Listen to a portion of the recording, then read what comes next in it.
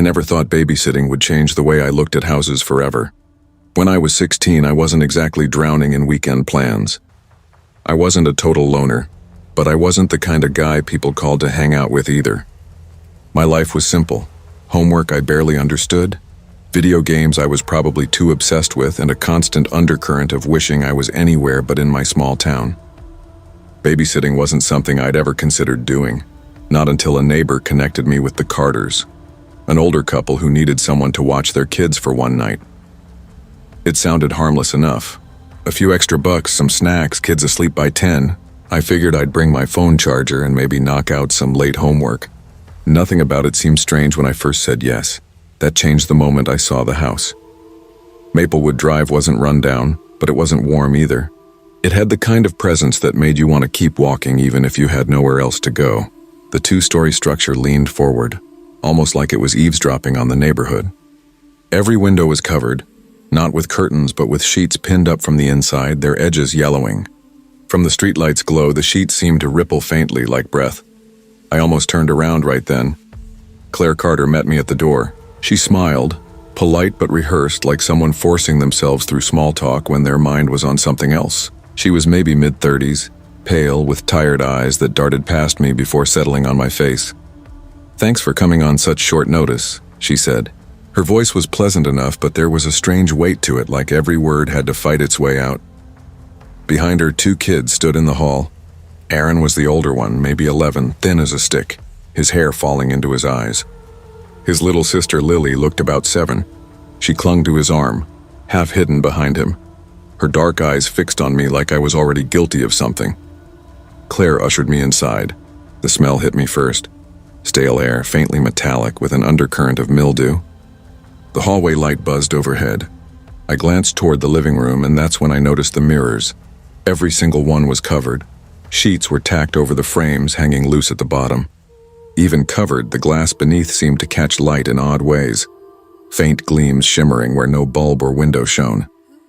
For a second, I could have sworn one of the sheets shifted, as though something behind it had pressed outward. I shook it off. Just nerves. Claire rattled off the usual parent instructions. Bedtime by 9:30, snacks in the kitchen, emergency numbers on the fridge. Then her tone shifted, as if she'd been saving the real instructions for last. "And there are a few rules."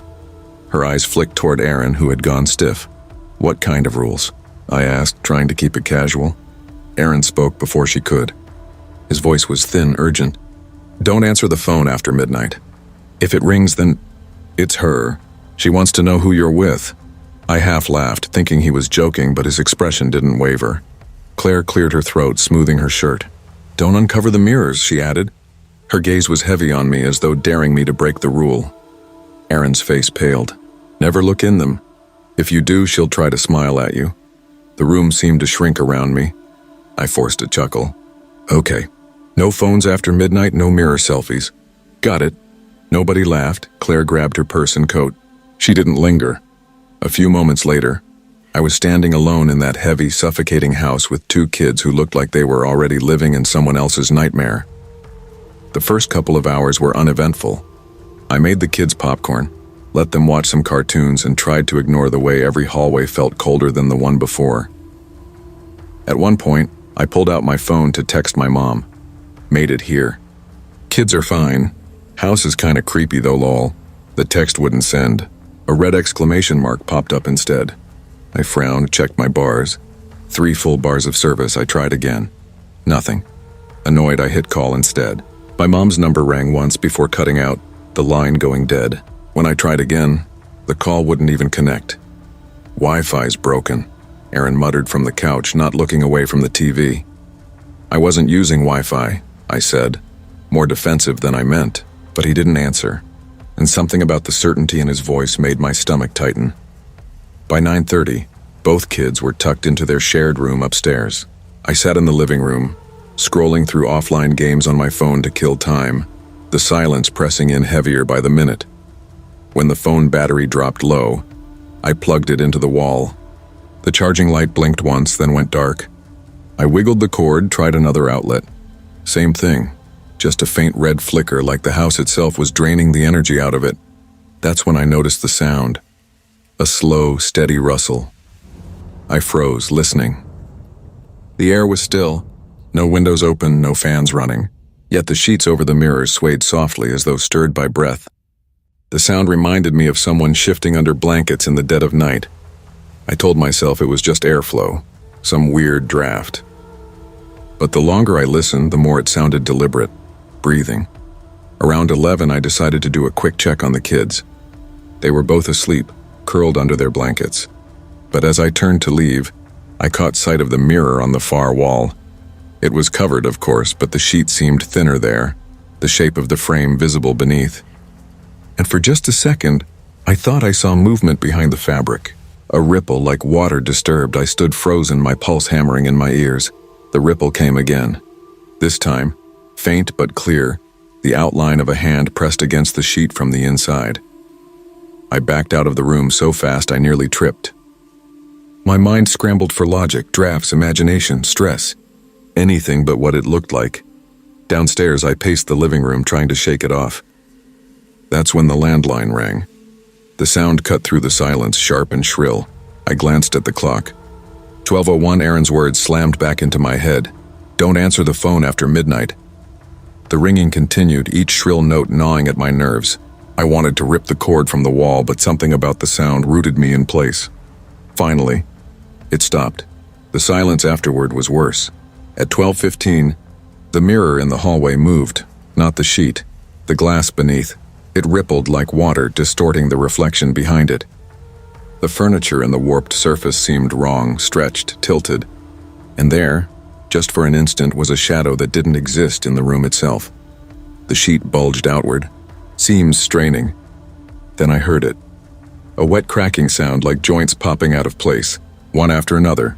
The bulge pressed further until a pale, too long hand slipped from beneath the sheet. Its skin was the color and texture of a peeled potato, clammy and raw-looking, with too many fingers scraping against the wood floor. The sound was sharp, grating, like a rake dragged over pavement. I stumbled back, heart slamming against my ribs. The sheet tore, and then it stepped through. It was tall, impossibly thin, its limbs bent at unnatural angles. Its face, or what should have been a face, was nothing but two dark holes weeping a thin, glistening fluid. And when its mouth opened, the glint of dozens of tiny, jagged teeth shone in the dark. It smiled at me. I couldn't move. Every instinct screamed at me to run, but my legs refused. The thing crawled forward, joints snapping like green branches breaking in winter. Its too many fingers dragged along the floor, leaving faint streaks of something slick and dark. The air turned colder, my breath visible. The faint rustling from the other covered mirrors rose in pitch, sheets fluttering like they were gasping.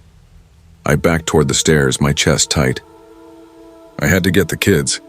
I had to get out, but the creature was between me and the front door. Its mouth opened wider, stretching impossibly, the glint of those tiny teeth catching the faint light. A sound slid out, not a roar, not a scream, but a thin, rattling laugh. Behind me, a floorboard creaked upstairs. Aaron. The thing's head snapped upward too fast, like a puppet jerked by strings. And then it moved, not walking, gliding, joints cracking as it lurched toward the staircase. I forced my legs to work, stumbling after it.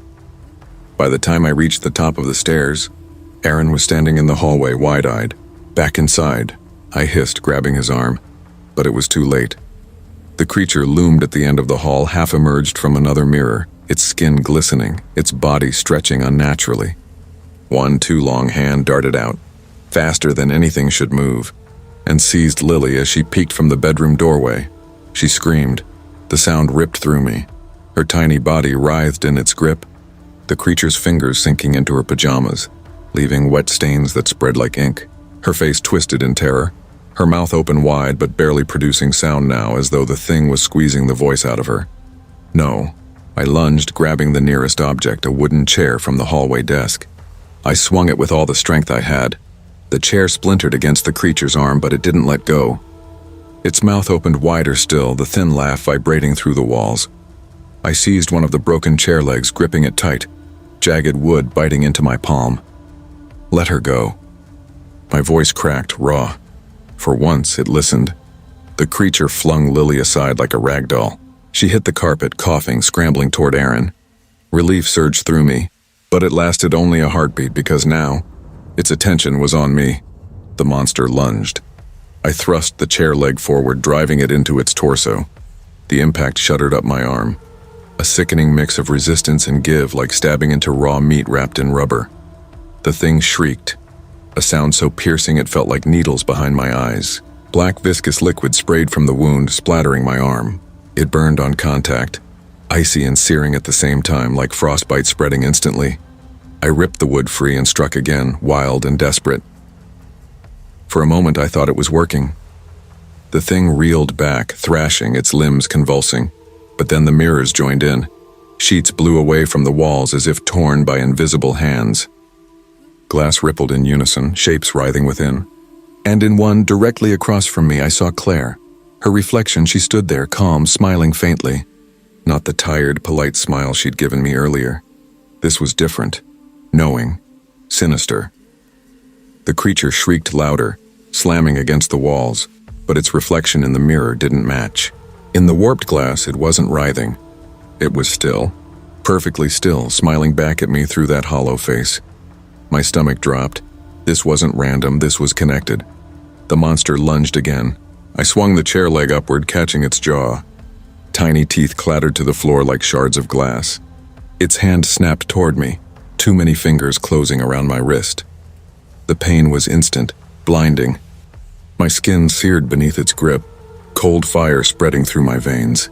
I screamed, shoving the chair leg into its throat. It staggered, gurgling, then collapsed backward into the mirror. The glass rippled, swallowing it whole. For a heartbeat, silence. Then every mirror in the house convulsed, sheets whipping like sails in a storm. Reflections moved wrong, some showing rooms that didn't exist, some showing me, dozens of me, each one a second behind, their eyes wide, mouths open.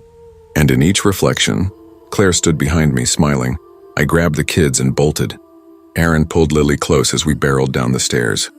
The front door loomed, my only thought escape, but as I reached for the knob, the house shuddered. The lock clicked on its own. No. I rattled it, shoulder slamming the wood. It wouldn't budge. The landline rang again. I turned, breath ragged. Aaron shook his head violently. Don't answer it. The ringing stopped, and then Claire's voice came from behind us. You weren't supposed to see that. She stood in the doorway to the kitchen, her purse still over her shoulder, as if she'd never left. Her face was calm, composed, almost pitying. My chest heaved. What the hell is going on? She tilted her head. We told you not to look. We knew you would. The kids shrank against me, trembling. Don't worry, she added softly, stepping closer. She's got enough now. Her eyes flicked to my hand. I followed her gaze, my palm still burned. When I turned it over, I nearly gagged. Where the creature had grabbed me, faint, translucent marks lingered, shaped like too many fingers. They glowed faintly under the hallway light, pulsing like veins just beneath the skin. I stumbled back, clutching my hand. The kids whimpered. Claire only smiled. I don't remember how we got out. One moment I was staring at her frozen, and the next I was outside, gasping in the cold night air. The kids clung to me, sobbing as the house loomed silent behind us. My phone buzzed in my pocket. For a second, I almost didn't want to look. But when I did, the screen was alive again, battery full, service strong. A single notification blinked at the top. One missed call. 12:01 a.m., unknown number. The Carters never called me back. I never saw Aaron or Lily again, though sometimes I thought I caught glimpses of them in town, their faces pale, their eyes darting away before I could wave. But the mark never faded, even now. Years later, under certain lights, I can see the faint outline of too many fingers burned into my skin. It tingles at night, sometimes throbs when I pass a mirror. And every so often, when my phone rings past midnight, I swear I can hear breathing on the other end.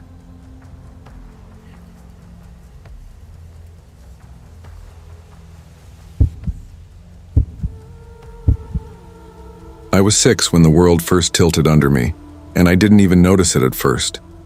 The morning smelled like wet asphalt and the faint tang of burnt toast from the diner downstairs. I pulled my coat tighter. Tiny hands curled into sleeves and stepped out into Brent Hollow, where the wind carried whispers of old paint peeling and rusted fire escapes. I didn't yet know what those whispers meant, just that they made me shiver. Our duplex sagged like it had given up trying to stand tall. Every cracked window reflected the sky differently, fractured blue turning gray depending on how I squinted. Neighbors shuffled past, faces tight with worry, glances darting as if the air itself carried danger. Mom, Karen Harper, was already gone, slipping into the clatter of the 24-hour diner. Nights, weekends, holidays, she worked all of them. She came home tired, smelling like coffee, cigarette smoke, and something metallic from the kitchen she'd spent the day cleaning. That left me alone, or so it seemed, until Carla Ray entered the picture. Carla was 26, thin in a way that made you notice the shadows under her skin, hollow eyes that didn't quite blink right. Her voice was a rasp caught between whisper and scream, and the first time she spoke to me, I noticed it carried a strange undertone, a vibration that settled in my chest. Her long acrylic nails clicked on her phone like tiny knives, but there was more. A faint, clinging smell of cheap perfume mixed with burnt sugar, cigarette smoke, and something sour I couldn't name. It was the kind of smell that felt like it could crawl into your nose and stay there forever. I remember staring at her hands, the way the nails reflected the flickering light in the hallway. Clicking, clicking, clicking. Each sound made my chest tighten in a way I didn't understand. "Hi, Lily," she said, voice too soft, too careful. My mother smiled and nodded like this was safe. Like the smell and the nails and the hollow eyes didn't matter. I nodded too, and somehow that was enough. At first, she wasn't frightening. She braided my hair if the mood hit her, made peanut butter sandwiches that smelled faintly of smoke and something sweet, let me watch cartoons with a patience that seemed almost human, but there were cracks. Little things that didn't make sense. The first crack was the night she left me alone in our apartment. 10 minutes, 20, maybe more, I don't remember. I just remember sitting on the couch listening. At first it was the usual sounds. The hum of the radiator, distant traffic, the low groan of the building settling. But then came a new sound, a soft tapping, irregular like fingernails drumming a secret code against a wall I couldn't see. My stomach sank and I pressed my hands to my ears. A man's voice, sharp and brittle, broke through the tapping. "I told you," and a crash. My small chest pressed against the couch cushion as the air shifted, heavier, almost sticky. I didn't tell Mom. I didn't have the words. Kids don't have the vocabulary for danger in the shape it takes when the world is quiet and still, when the shadows in the corner of the hallway stretch too long. Another time, she took me to a basement apartment. The smell hit first. Damp mold, something metallic, bleach twisted with something sour like rotting fruit. She told me to sit on a worn couch, put on a VHS tape. Static hissed across the screen, colors warped into shapes that shouldn't exist. Behind the wall, voices rose and fell, muffled sobs, a crash, a scream that didn't belong in any cartoon I knew. My legs curled under me. I watched the tapes flicker, the way the colors bled into the corner where the shadows waited. Carla swayed in the back room one night, whispering in words I didn't know. Not English. Not any language I could place. Her eyes rolled back for a second, lips moving with intention I couldn't grasp. I knew something was wrong, but I didn't have words. Then came the Friday I waited alone.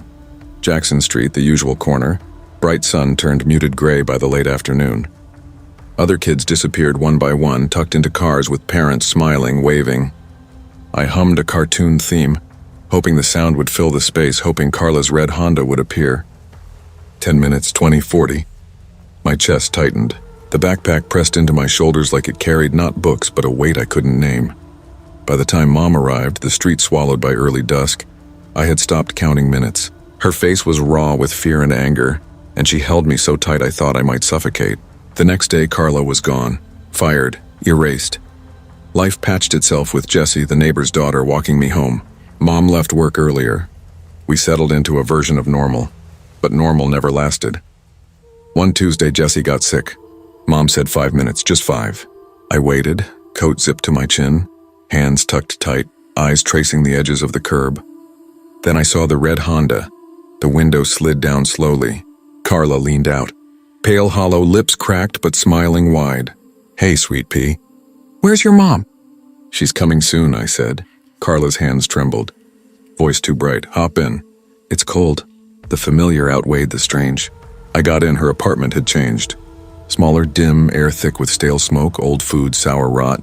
"TV works," she said, tossing a remote onto a couch darker than the fabric beneath it. "Make yourself at home, kiddo." I curled on the couch. Time slipped. Voices from the back room. Glass shattering. Muffled words rising and falling in a rhythm I couldn't place. Hunger clawed, but I stayed. And then, the knock. Louder than the world should allow. I bolted, but she was already gone. Not in the back room. Not on the couch. Silence. The door hadn't been locked. I was alone. When the authorities arrived, they found the apartment empty. No Carla, no answers. Only a small child curled on the couch, wide-eyed and trembling, whispering, "Carla just wanted to play." I didn't sleep that night. Not really. The apartment smelled faintly of smoke and vinegar, the kind of smell that clung to your hair and skin and made the air feel thick. Shadows pooled in corners deeper than usual, like the walls had swallowed sunlight and refused to let it go. I sat on my bed, knees pulled up, listening to the hum of the radiator and the whisper of traffic outside. Every creak in the floorboards felt deliberate, like someone was moving just beyond my vision.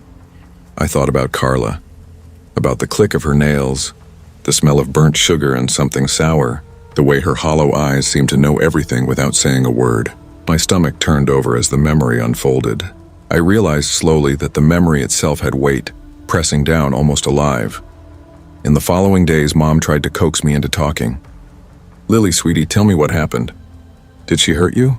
I shook my head. Words didn't come. Instead, I traced patterns on the wallpaper with my fingers, imagining them alive, curling into shapes that weren't there. Adults' words drifted past me like fog. Warrants, drugs, kidnapping.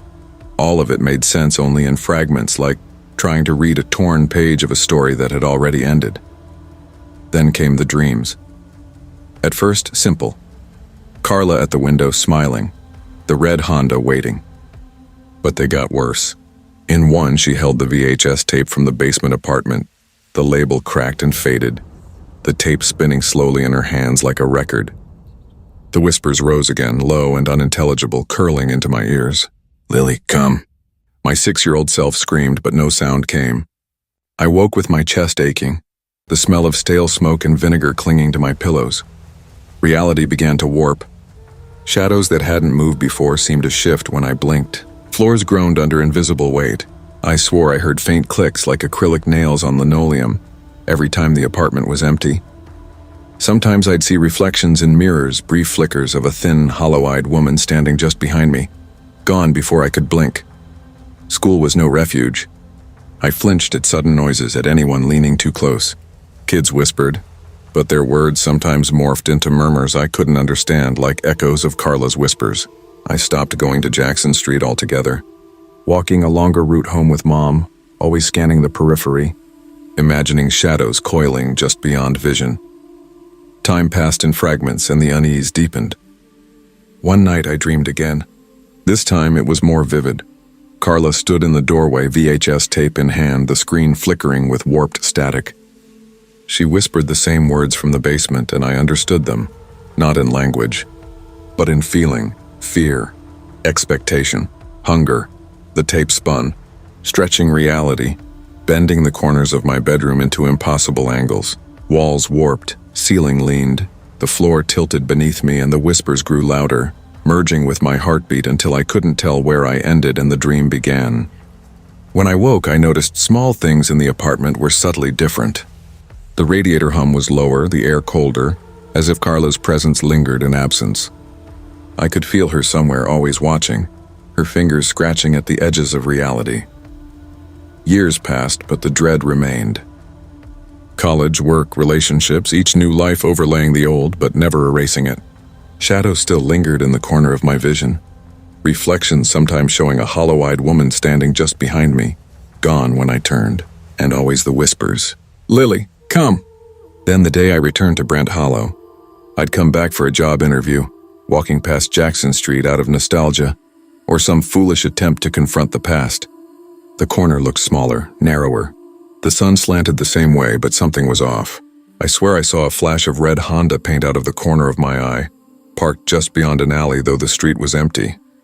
And for a heartbeat, I felt that old tug, the invisible weight of a presence waiting for me. At the apartment where I grew up, now empty and boarded up, I stood outside the door and remembered the knock. Not the knock as it happened, but the way it had vibrated through the floor, through the walls, into my chest and into my memory. And in that memory, the door hadn't swung open for my mother. It had opened for Carla alone. I shivered, realizing I had never truly understood. That day, she wasn't just a stranger or a babysitter gone wrong. She had moved in ways I couldn't see, beyond doors, beyond walls. The police found the apartment empty, but the presence had lingered long enough to warp my memory, to etch itself into my mind like a secret language. The dreams continued, and each one was more detailed, more personalized. Carla would hold the VHS tape, whispering the nonsensical words of the basement night, bending reality around her. The room tilting, colors bleeding, shadows coiling like snakes. One night she smiled and said, "You forgot the rules, Lily." My childhood self shrank into the couch, and I felt something cold and deliberate brush against my arm.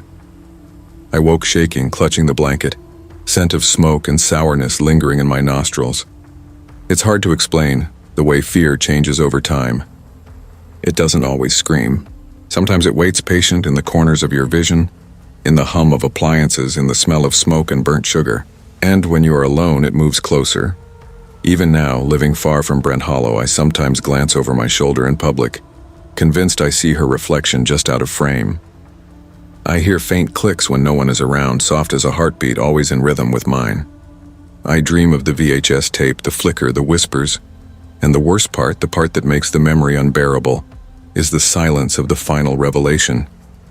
The police said she had multiple warrants, drugs, probation violations, kidnapping, but the apartment she took me to? It was never found. The back room never existed. She vanished as if the building itself had swallowed her whole, leaving only me and a 6-year-old's fractured memory. Sometimes, I wake in the middle of the night, a child again, curled up in my apartment far from Brent Hollow. Shadows bend at the edges of my vision. A soft click echoes somewhere I can't see. A smell, smoke, sourness, burnt sugar clings to the air. And I know she's there. Not in the physical sense, not anymore. But something of her, something hollow-eyed and deliberate remains, watching, whispering, patient. "Lily Harper, come." I have tried to tell myself it was a childhood memory, warped by fear. That the shadows, the clicks, the whispers are only echoes. But I know better. Because every time I see red paint flash in a storefront reflection, or hear faint acrylic nails tap in a quiet room, I feel her intent, the same one she had all those years ago. The one that wasn't about babysitting. It's an itch behind my eyes, a pressure in my chest, a whisper carried on every draft that moves through a room. "Lily, come." And I never know if the knock at the door in my dreams is just a dream, or the prelude to something else entirely. Whatever she wanted that day, she didn't leave it behind, and I'm still waiting to understand.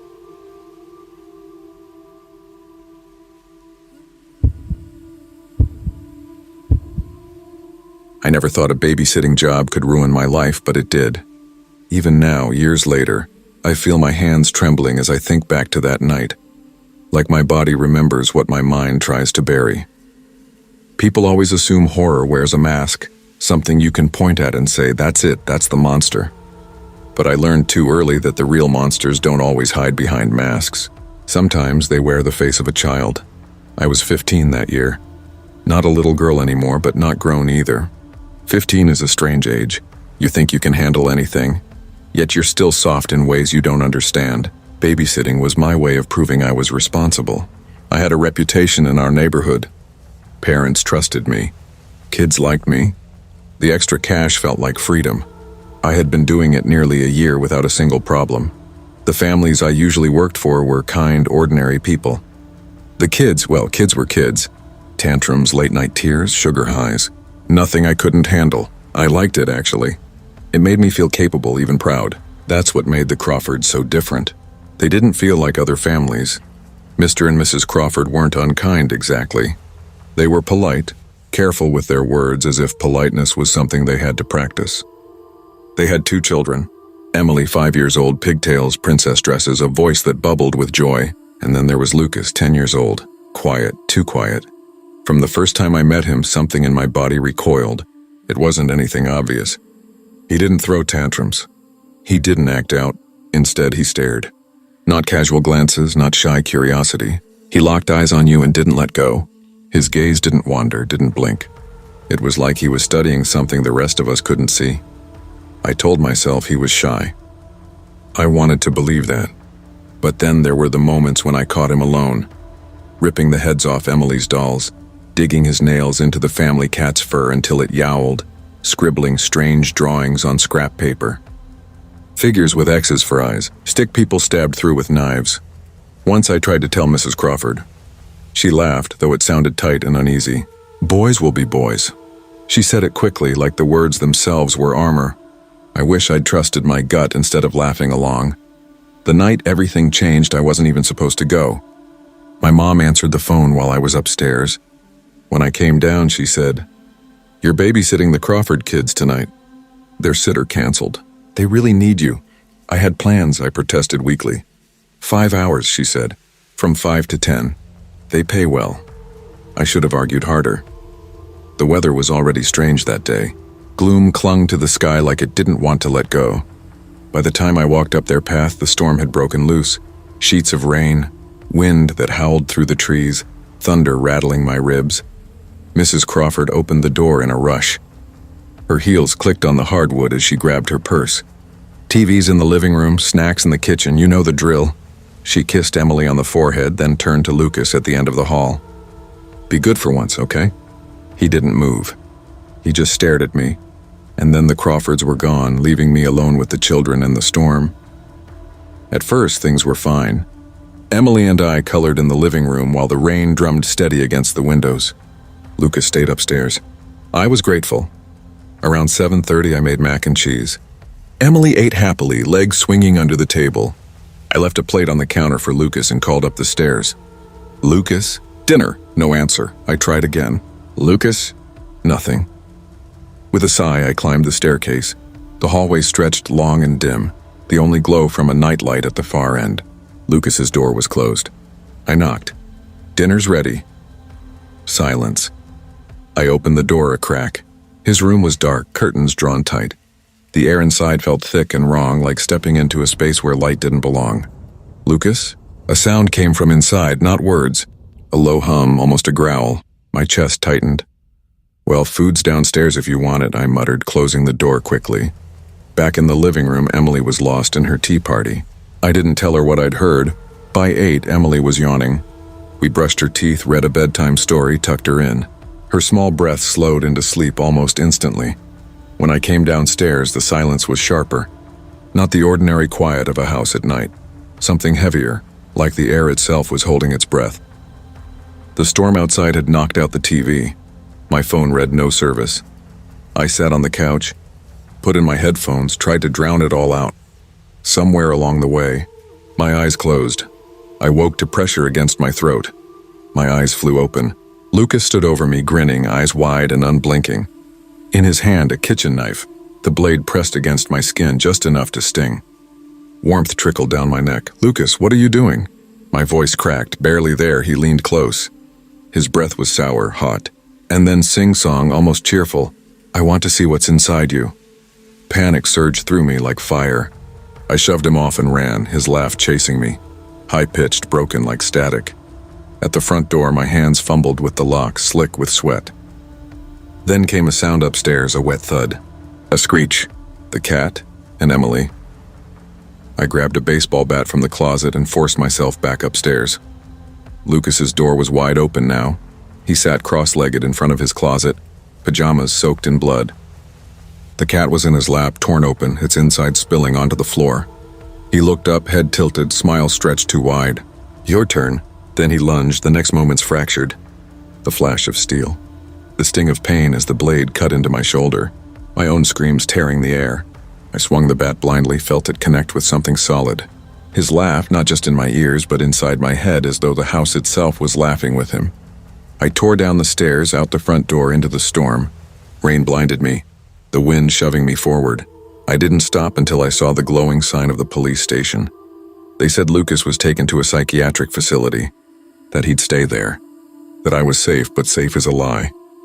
At night, I hear his laugh again. Sometimes in my dreams, sometimes in the quiet of my room. Sometimes I wake certain I'll open my eyes and see him standing there, knife in hand. People tell me he was just a kid. But kids don't hum like that. Kids don't smile through blood. Kids don't make you feel like the dark itself is watching through their eyes, and sometimes, when the night is too still, I wonder if Lucas ever really stayed in that facility, or if he's out there, waiting for me. I told myself the nightmare ended that night, but the truth is it only began. The Crawfords pressed charges, of course. My parents insisted on it.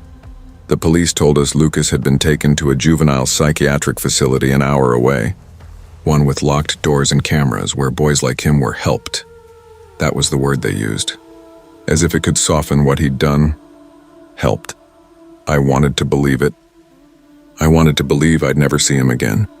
That the house, with its dark hallway and the hum behind his door, would fade from memory like a bad dream.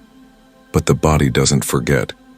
For weeks afterward, I woke to the sting of a phantom blade against my throat, the echo of his voice whispering, "I want to see what's inside you." My shoulder ached where his knife had broken skin. My parents thought I was healing. They couldn't see the way I flinched when children laughed too loudly. They didn't know I left every light on at night, or that I slept sitting upright with a baseball bat leaning against my bed. People at school whispered. Some thought I was brave.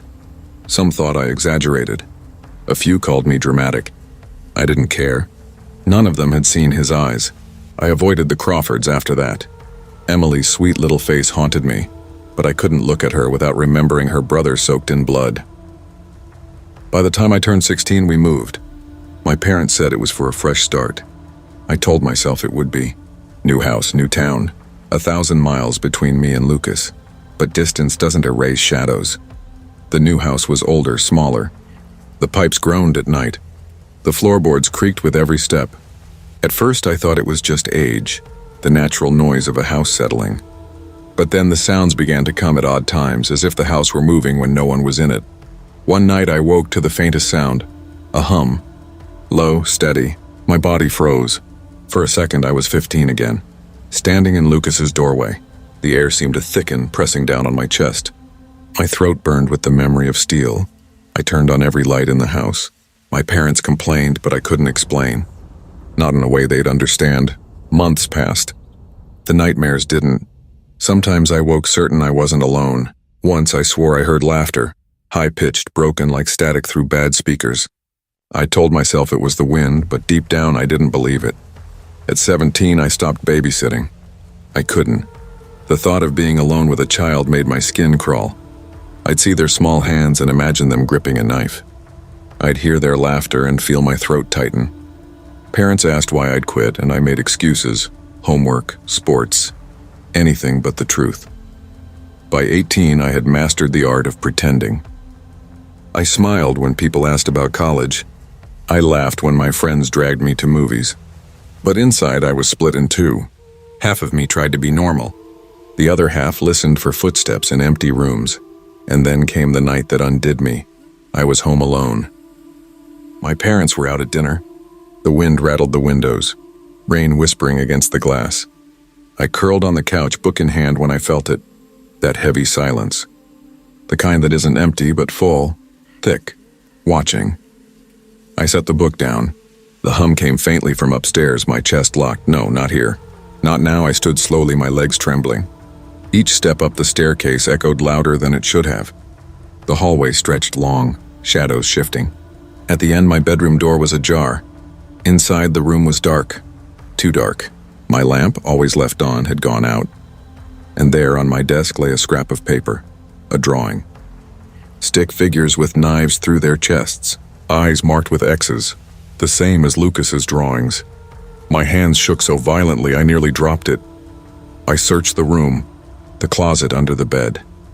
Empty. But the air was thick with the faint smell of iron, sharp and metallic like blood. I didn't sleep that night. The next morning, I tore the drawing into pieces and flushed them. But that didn't erase the feeling. It followed me.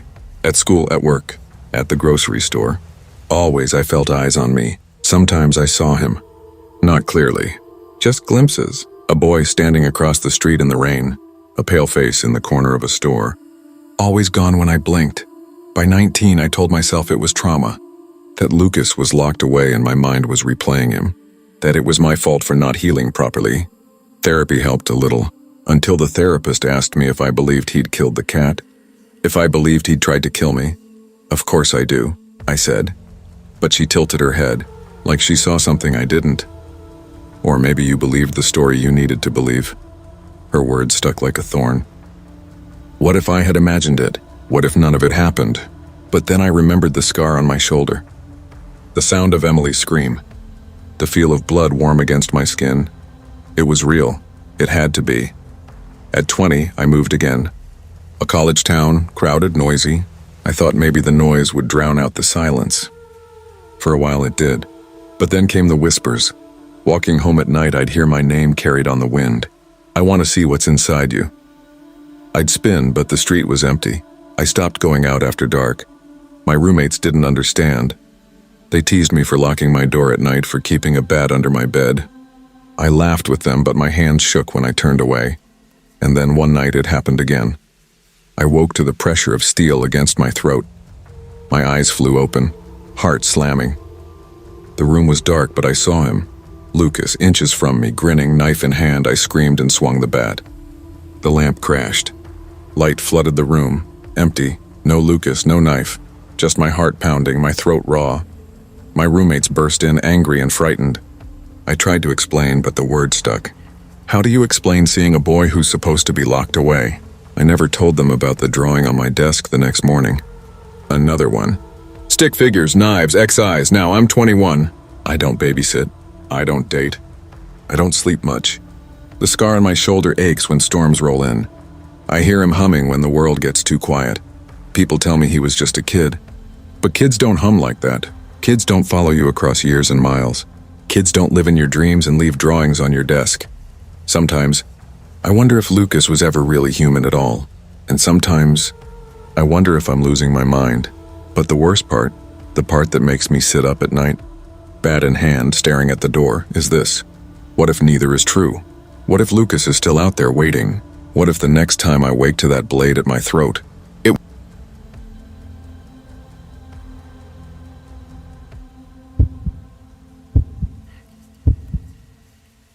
I knew something was wrong before I even knocked on the door. Not in the way people usually mean when they say that, like hindsight making things obvious. I mean it as a physical truth, my chest tightening, my stomach knotting, my fingers suddenly trembling inside my gloves as if some buried instinct wanted to stop me. The snowstorm howled through Meadow Ridge Lane, blanketing the sidewalks and swallowing the sound of the world, yet I felt sure something was breathing just beyond my line of sight, waiting for me to step closer. I almost didn't. I almost turned back, found an excuse, sent Laura a quick message saying I couldn't make it. But my phone was already lagging at 14%, the cold draining its life. And I needed the money, badly. The house stood at the end of the cul-de-sac, 54 Meadow Ridge Lane, its windows rimmed with frost, long icicles hanging from the gutters like teeth. There were no other lights in the neighborhood. Every other house was swallowed in dark silence, shades drawn tight. The whole street felt abandoned except for the single glow spilling out from the entryway light. I forced myself up the slick porch steps and rang the bell. Laura opened the door almost instantly, as if she'd been waiting right there for me. She was still in her scrubs, bundled in her winter coat, exhaustion drawn into the lines of her face. She smiled, though it was the kind of smile I recognized from my mother. Half apology, half relief. Emily? Thank you. God, you don't know how much this helps. Her words tumbled out too fast, like she was already halfway gone inside. The house was too warm, the kind of heat that dried your throat, and under it lingered an odor that didn't belong, faint. Metallic, almost like pennies rubbed between wet fingers. A smell that no candle could mask, no matter how hard the cinnamon one on the hallway table tried. Tyler was crouched on the stairs, watching me with enormous brown eyes that didn't blink enough. 6 years old, quiet, clutching a toy car in one hand. His little sister, Grace, was in a playpen in the living room, flushed red-cheeked from the heat. Laura rattled off instructions, bedtimes, snacks, emergency numbers, while she tugged on her boots and gloves. I nodded like I was absorbing it all, though the list ran right over me.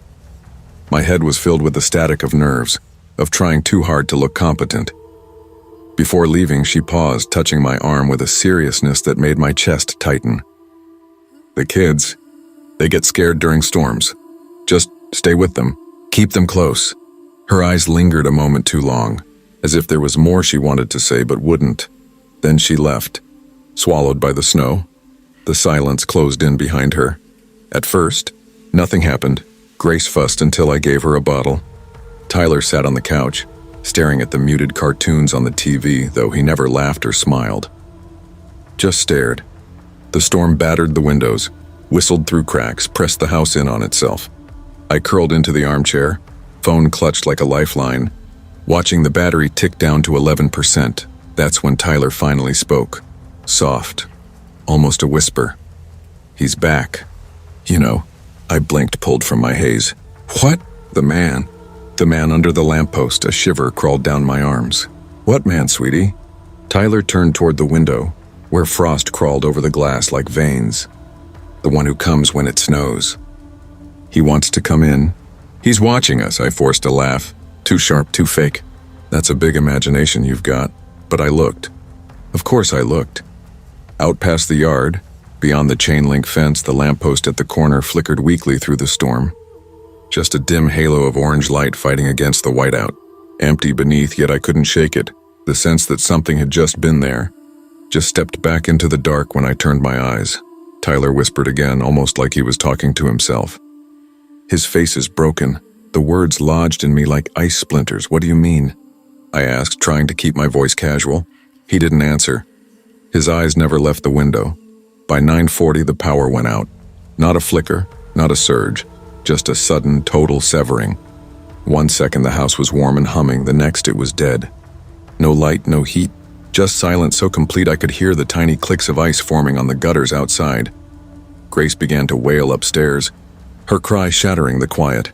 I grabbed my phone flashlight, the glow weak and blue, shadows stretching too long against the walls, and then the scratching started, soft at first at the back door, fingertips or nails brushing across the wood. Then a pause. Then, "Let me in. It's freezing." A voice muffled through the door, male, low, too steady. My breath hitched. My body froze. I looked at Tyler. His face was pale, his lips trembling, but his eyes were locked on the door. "He wants to come in now," he whispered. "He knows you're alone." The voice came again. "Please, I'm so cold." The way the words broke, like each syllable was cracked down the middle, made my skin crawl. I didn't move. Couldn't. My phone light shook, beam trembling across the floor, catching toys, furniture, dust motes.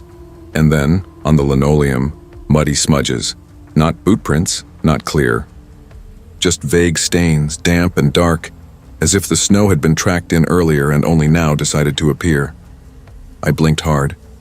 Looked away. Looked back. They were gone. "Emily," Tyler whispered, clutching my arm. "Don't look at him too long. He doesn't like it." My skin crawled as though his words weren't his own. I carried Grace against my chest, her wailing piercing the dark, and pulled Tyler close by the hand. "We're going downstairs," I whispered, though my voice shook so badly it hardly sounded like me. The basement smelled of old damp concrete and oil, the air colder than the rest of the house. My phone light wavered across shelves of boxes, old tools, the bulky shape of the furnace looming in the corner. Shadows shifted too easily, bending away from the beam. I wrapped the kids in quilts from a trunk and tried to steady my breathing, but the silence pressed in, crushing heavy. Then came the sound, not from above, not from the door, from the walls, a slow drag, like a palm sliding across plaster, a shuffle of movement where no one should fit. I held my breath. The sound stopped. Tyler whispered, "He's in here now." My throat went dry. Tyler, no one's here, but his little face was so certain. His eyes locked on the furnace, unblinking. "He's standing right there. He wants you to know his face is broken because of the cold. He says he can fix it if you let him in." My phone flickered, battery down to 6%, glow shrinking. Grace whimpered in her quilt, her cries muffled but frantic. Then the voice came again, not from the door this time, from everywhere. "You're all alone now, Emily." I nearly dropped the phone. The sound wasn't loud, but it slid directly into my ears, intimate, like someone's mouth brushing too close to the skin of my neck. I stumbled back, clutching the children. "Stay with me," I whispered. "Don't listen." Tyler shook his head. His lips moved, repeating words I couldn't hear. I realized he wasn't whispering to me. He was answering. "What is he saying to you?" I demanded, too sharp, too scared. Tyler's eyes flicked to mine, wide, unblinking. "He says you used to hide under your bed when your dad slammed the doors." The world tilted under me. My knees almost gave. That memory wasn't something I'd ever told anyone. Not my mother, not friends, not anyone. The furnace groaned suddenly, a low rattle like something shifting inside. The voice came again, echoing in the metal, distorted. "You always run, just like then." I couldn't breathe. We had to leave. I gathered the kids, quilts and all, and stumbled toward the back door. The wood stuck against the drift, but I threw my shoulder into it, the storm exploding in, wind cutting sharp as glass. We plunged into the snow, knee-deep, blinding, the world shrieking white noise. My legs burned, my lungs tore. I kept running, stumbling, dragging them toward the neighbor's house, the porch light faint through the blur. Behind us, the storm wasn't empty. Not footsteps. Not shapes. Just the voice, slipping through the wind, twisting inside the howl. Not loud, but everywhere. "Emily, don't leave me again." I wanted to scream, but the sound froze in my throat. My arms tightened around Grace, my grip on Tyler unbreakable. We reached the neighbor's porch, pounding on the door, sobbing, begging, and when I dared one look back, there was nothing. No figure, no prints. Just the storm swallowing the house whole. But still, threaded in the wind, soft, deliberate, came the words, "I'll always know where to find you." The police came. They searched. They found nothing, no footprints in the snow, no smudges on the floor, no signs of entry at all. The house was empty, silent. They gave me looks I knew too well, the kind reserved for hysterical girls, for unreliable narrators of their own lives. Laura thanked me too many times, tears in her eyes as she held her children, but her gaze lingered, heavy, like she knew I'd seen something she wouldn't name. I never babysat again, it's been years now. I moved out of Syracuse, away from Meadow Ridge Lane, away from snowy cul-de-sacs and frost-painted windows. I tell myself it was stress, exhaustion, my mind collapsing under the weight of isolation and fear. But sometimes when the first snow falls, I wake in the middle of the night to silence so deep I can hear my own pulse. And in that silence, beneath the static of the wind against the glass, I hear him, not words meant for anyone else. Words meant only for me. "You still hide under the bed, don't you?" And then I know whether he's real or not doesn't matter, because he remembers me and he isn't finished.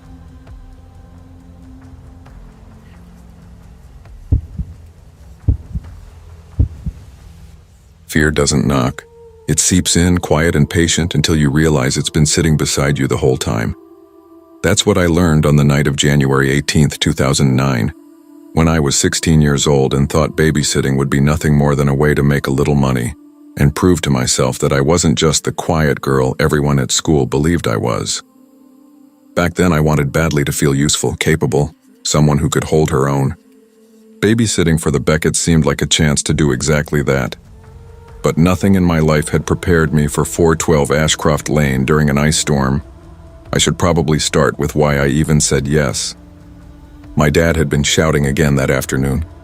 His anger was like weather, loud, unavoidable, and always hanging over the house. He never needed a reason. Sometimes it was bills, sometimes the TV volume, sometimes nothing at all. That day it was because I hadn't folded laundry right. His voice boomed through the thin walls, each syllable sharp. And I found myself wishing, like I always did, that I could crawl out of my skin and hide somewhere he couldn't find me. When Mrs. Beckett called asking if I was available that evening, I agreed before she finished explaining. I wasn't thinking about the storm warnings on the news or the way my stomach twisted at the thought of walking into a stranger's house. I just needed an excuse not to be in mine. The Beckett's place looked normal enough from the outside. White siding, black shutters, porch steps glazed with a thin sheet of ice. But as soon as I stepped onto the porch, I noticed how heavy the air felt. The storm had muffled everything, but somehow this silence was deeper, thicker, as though sound itself didn't want to cross the threshold. Mrs. Beckett greeted me with her coat already on, her smile stretched but not really warm. "Thank you so much, Samantha," she said quickly. "We won't be too late." Her husband brushed past with a distracted nod, loading the car.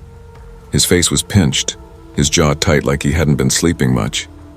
For a moment I thought I saw relief in his eyes, as if he was glad to be leaving the house.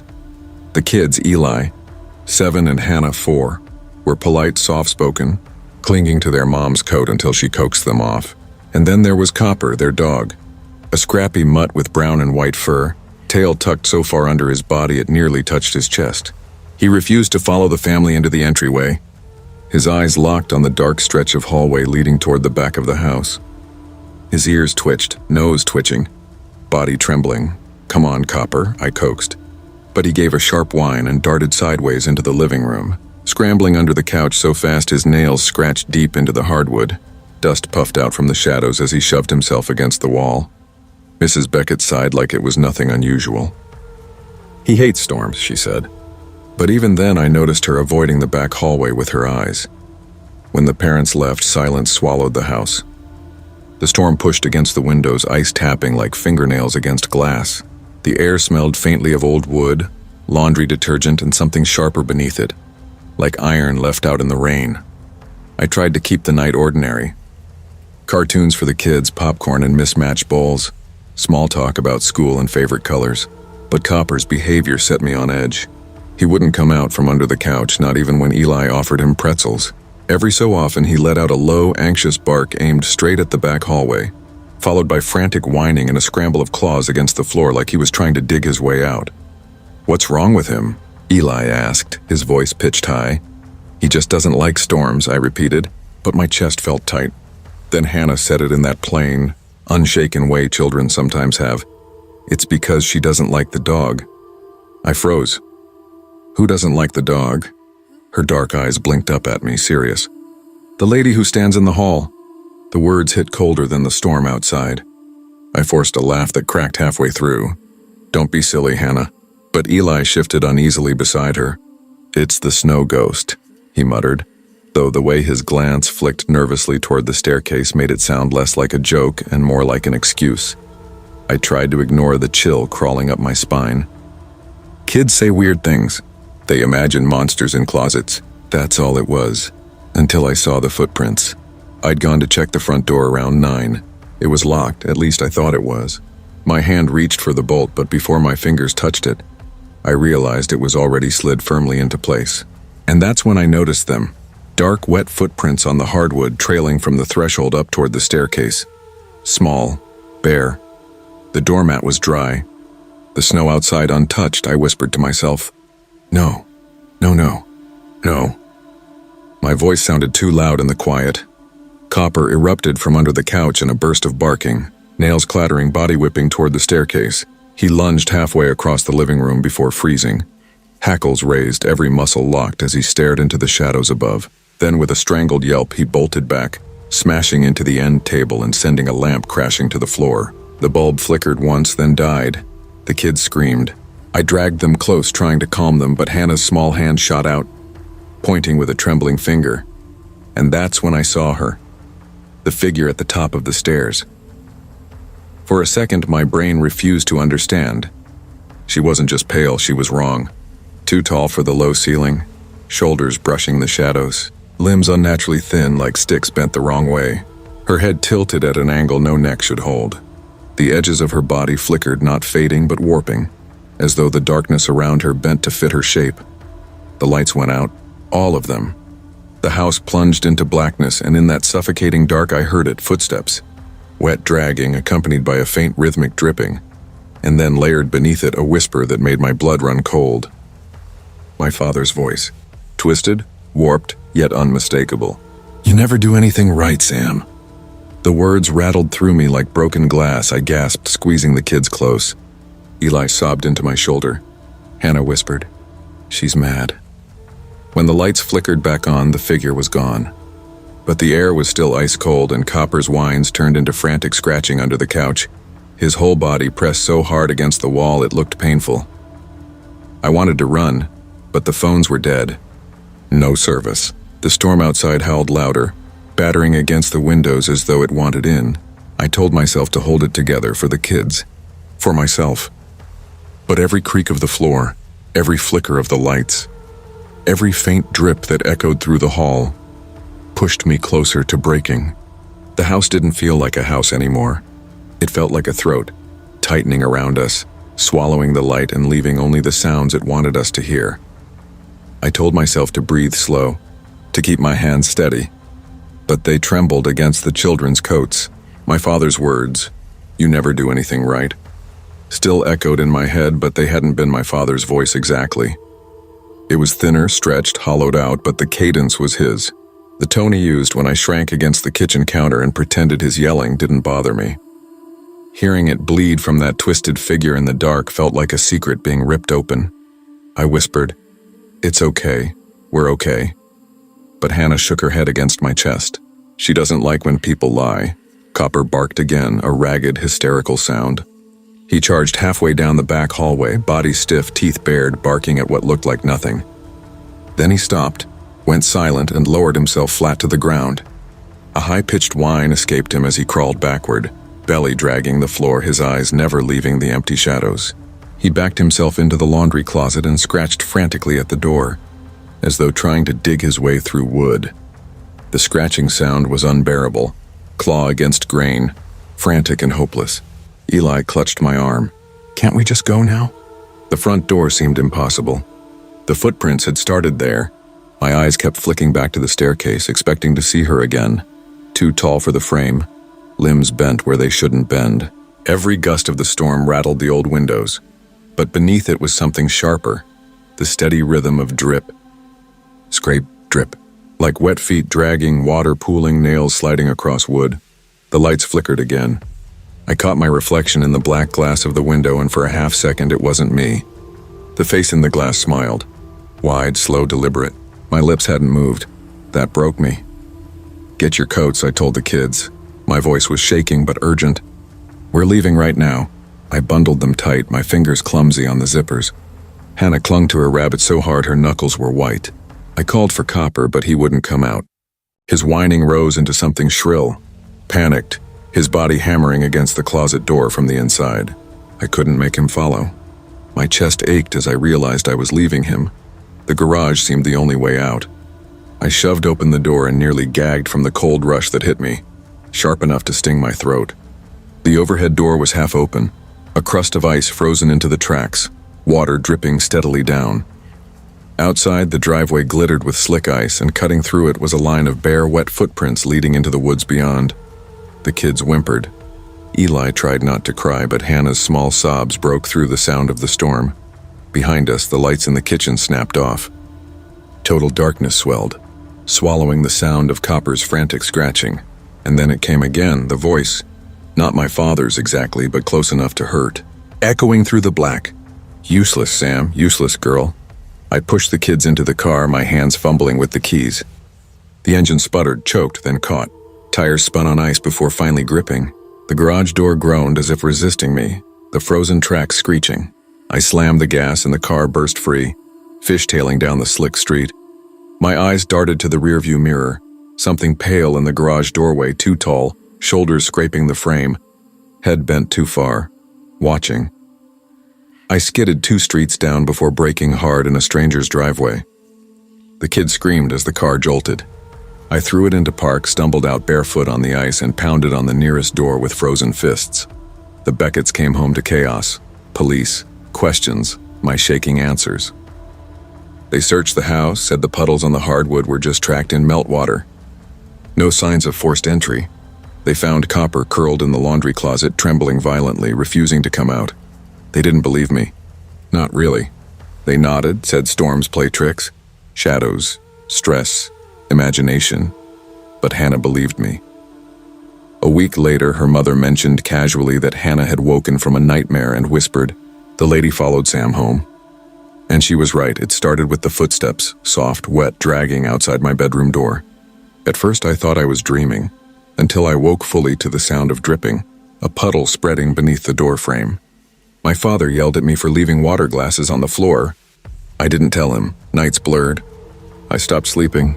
Sometimes I heard whispers, my father's voice, but fractured, twisted, stretching into words that didn't belong to him. Never right. Never enough. Sometimes I caught a shadow in the corner of my room, too tall for the ceiling, bent wrong. Once, staring at my window, I saw my reflection smile again. A wide, deliberate grin I couldn't control. The worst was the night I woke to the sound of Copper barking outside my house. barking, whining, scratching at my front door. But Copper was still at the Beckett's, alive but changed, skittish, silent most days. I opened the door anyway, and there was nothing there, only a faint metallic smear across the threshold like rust dragged by a wet hand. I knew then I hadn't left Ashcroft Lane behind. I'd carried it with me, or it had carried me. Even now, years later, I avoid houses with long staircases. I avoid mirrors at night, and sometimes when the house settles and the floor creaks under no weight, I hear it again, drip, scrape, drip. The last time, I leaned close to the window, hoping it was just my reflection staring back. It wasn't. She was there. Pale. Too tall, shoulders bent against the frame, limbs wrong. And when her mouth moved, it wasn't her words. It was my father's in that same furious cadence, but whispered soft like a secret. I never left you, Sam.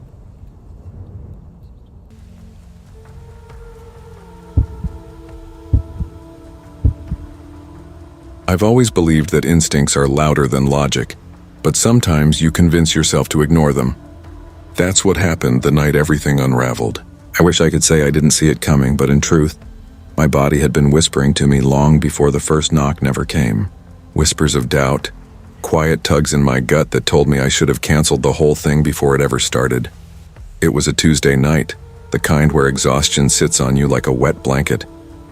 My son Luke had finally dozed off in his bedroom down the hall, leaving me in the hush of the living room. It was supposed to be a simple evening. I'd ordered groceries through the app because I was too tired to drag a restless 5-year-old through the store after work. I should have driven there earlier. I should have pushed myself. Instead, I trusted convenience over caution. The app chimed when the driver was assigned. Jake, no picture. Just the name. That was the first red flag, though I shoved it aside. Most drivers had a smiling selfie attached to their profile, a little square of reassurance that they were ordinary people. But Jake's profile was blank.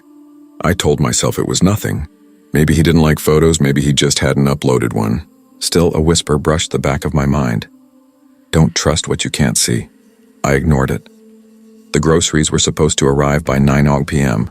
At 9:15, I checked my phone again. Nothing. The app's little tracking bar glitched, shifting between on the way and driver unavailable. I stared at the screen, willing it to steady itself, but the numbers jumped, froze, then blinked out. The silence of the house pressed in closer. I didn't call support. I didn't want to seem paranoid. Instead, I just sat there with the phone heavy in my hand, listening to the fridge hum and the faint tick of the hallway clock. Every sound felt too loud, every moment of silence stretched too thin. By 9:40, I was ready to cancel the order. That's when I saw him. Not because of a knock at the door. Not because of a voice announcing his presence. No, just a shadow shifting at the edge of the window and then a face, pale in the reflection of the porch light. My heart jerked to my throat before I even registered what I was seeing. Jake. He didn't knock. He didn't wave or call out. He just stood there, his head tilted slightly, eyes fixed on me through the glass. I froze, my mind scrambled for words, for logic, but all I could do was stare. When I finally forced myself to move, I opened the door only halfway, keeping my body pressed against it like a barrier. Hey, I managed, my voice too thin. You're here with the groceries? He smiled. It wasn't warm or friendly, not even forced. It was empty, a smile for the sake of smiling with no real emotion behind it. He didn't speak. He just shifted his weight forward, his shoulder brushing against the edge of the door as though testing whether he could step inside. I pushed the door tighter, blocking him. You can just set them down, thanks. Silence. His eyes stayed on mine, unblinking. Then slowly, deliberately, he lowered the bags to the mat at his feet. He didn't break eye contact, not once. The longer I looked back, the more I felt like I was staring into something hollow, something pretending to be human. I shut the door, locked it, deadbolted it. I tried to breathe, tried to remind myself that I was safe inside. But the whisper in my gut was no longer subtle. It was screaming now. I crept to the window and pulled the curtain back just enough to see. He was still there, not moving, just standing in the porch light's dim glow, staring at the door. A minute passed, then 2. My skin prickled as his shadow stretched long across the grass, refusing to disappear. I reached for my phone, fumbling with shaky fingers. The app flickered again, Jake's name vanishing. replaced with driver unavailable. The order history was blank, as though it had never existed. The phone signal dipped, the bars dropping one by one until only a hollow no service sat mockingly at the top of the screen.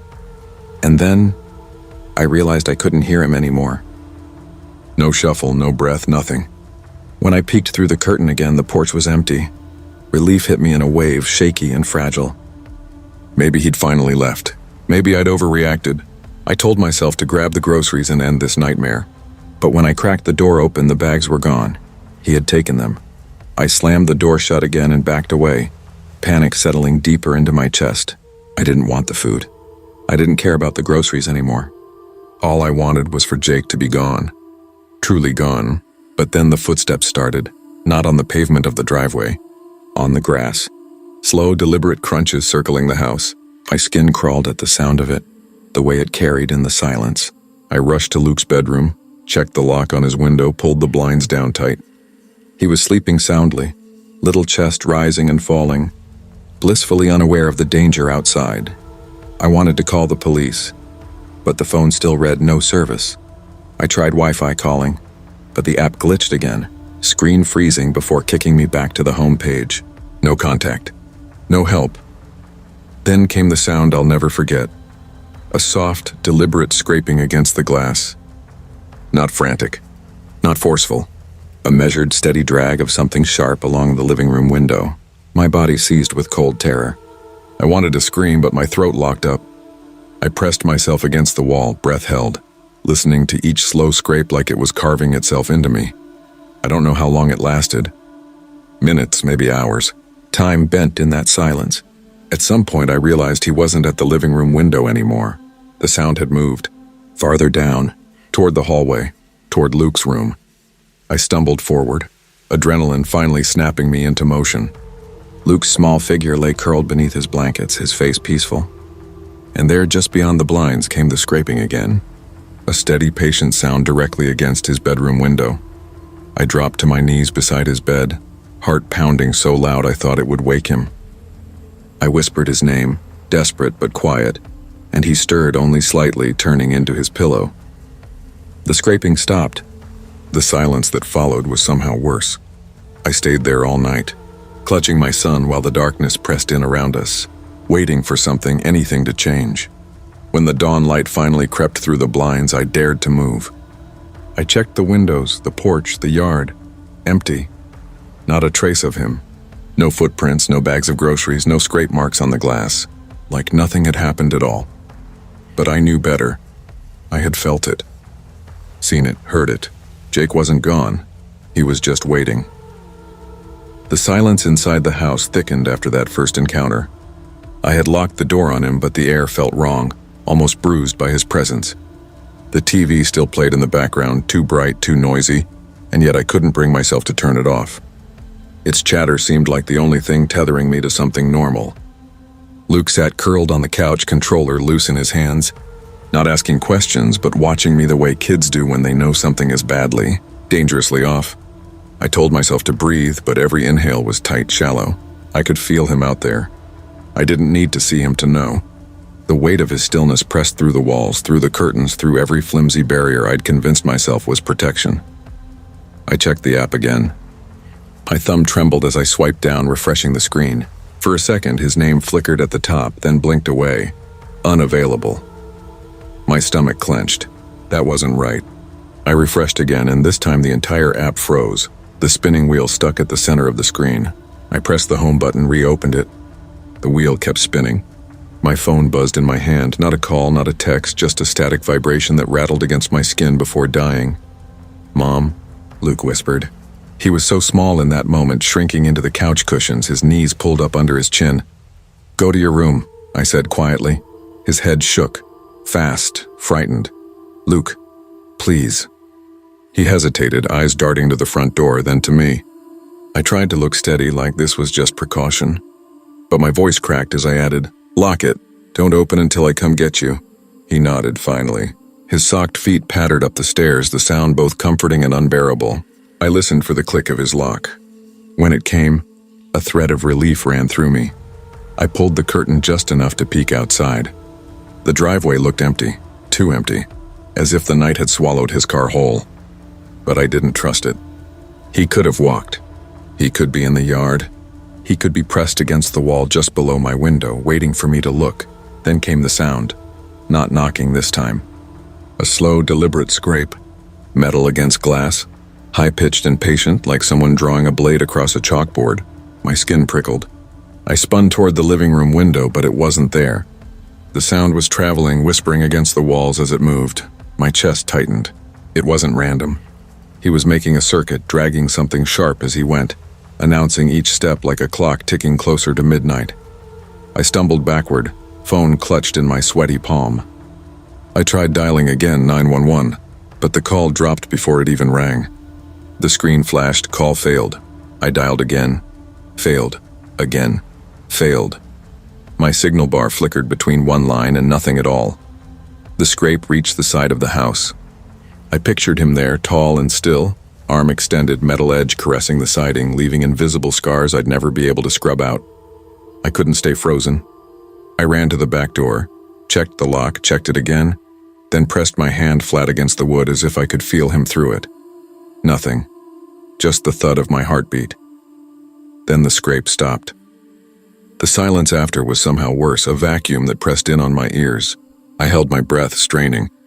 The house seemed to breathe with me, the beams creaking, the refrigerator humming, all of it suddenly loud. And then, tap, tap, tap, not at the front door, not at the living room window, from upstairs, from Luke's room. My knees nearly gave out. I bolted, climbing the stairs two at a time, nearly tripping on the last step. I reached his door, slammed my palm flat against it. "Luke?" My voice was too loud, too panicked. "I'm here," he whispered back. The taps came again, harder this time, against his window. Deliberate, demanding. "Don't open it," I shouted, though I knew he wouldn't. I gripped the knob, but I couldn't force myself inside. Some part of me thought if I opened the door, I'd give it power, so I pressed my forehead against the wood, listening. The scraping began again, steady lines being etched into the glass. Luke whimpered, muffled through the door. "Mom, make him stop." I wanted to, God, I wanted to, but I couldn't move. Every instinct screamed that opening that door would be the end. So I whispered through the wood, "Stay away from the window. Stay low, I'm right here." The scraping paused. A new sound followed, a faint breath fogging against the glass. I could almost see it in my mind, the smear of condensation where his mouth hovered. Then, as suddenly as it had started, silence. We stayed frozen for minutes that stretched like hours. Finally, I heard it. Distant sirens cutting through the night. Relief surged, dizzying. I ran back down, adrenaline shoving me forward. Through the peephole, the streetlights flashed blue and red as a cruiser pulled up. Two officers stepped out, their figures haloed in the artificial glow. I yanked the door open, stumbling onto the porch. "He was here," I blurted. "He was just here." "He's trying to get in." They swept the yard with flashlights. The beams cut across the driveway, empty. Across the lawn, empty. Toward the street, nothing. "Ma'am, slow down," one of them said, his tone calm, almost rehearsed. "Who was here?" "The babysitter," I stammered. "From the app. He showed up late, and then he's been circling the house, scraping at the windows. He was at my son's room." "Do you have a name?" "Jake," I whispered. They looked at each other briefly. The younger one lifted his radio, muttering codes I couldn't follow. The older one approached the window, shined his light across the glass. No marks. No scratches. It was right there, I insisted, my voice cracking. He was right there. He was breathing on the glass. The officer's beam swept the pane again. "Perfectly clean, ma'am," he said gently. "There's no sign of forced entry. No damage." "But he was here," I pressed, desperation burning my throat. "I saw him. My son heard him. Check the app, check my phone. It glitched, but it showed him." I raised the screen. The app was open, frozen on the spinning wheel. My call log showed nothing. Not a single failed attempt, not even one dialed number. "I called you," I cried. "I called 911 3 times. The officer's brow furrowed. This was the first call we received. I swayed where I stood, the ground tilting. The younger cop returned from circling the house. "No footprints," he said. "No vehicle." The older one gave me a long, steady look. Pity threaded through his eyes, and something else. Doubt. "It's been a long night," he said carefully. "Maybe you misheard." Shadows wind against the siding. It happens, I didn't imagine it, I snapped, though my voice shook. My son saw I stopped. Luke was on the stairs clutching the banister, wide-eyed and silent. He didn't nod. He didn't speak. Just stared, his face pale, lips pressed tight. The officers exchanged another glance, then murmured something about patrolling the street. They left with the ease of men certain the danger was nothing more than my nerves. Their lights faded. Their car rolled away. The house was quiet again. Too quiet. I locked the door, double-checked, triple-checked. Luke wouldn't come down. He just retreated back into his room, closing the door soft but firm. I didn't follow. Some instinct told me to give him space. I sat in the dark living room, phone dead in my hand, staring at the window. That's when I saw it. Not bold, not obvious. Just faint, almost invisible lines, etched across the glass in long, deliberate strokes. My breath hitched. They were there. Proof. I leaned closer, forehead nearly touching the pane. From certain angles, the scratches vanished. Nothing but reflections. But tilt just right, and they appeared again. Sharp and undeniable. I pressed my palm flat against the cool glass, whispering to no one, to myself. I was right, and that's when I heard it knock, knock, knock, not from outside, not from the porch, from inside the walls. A sound that will never leave me.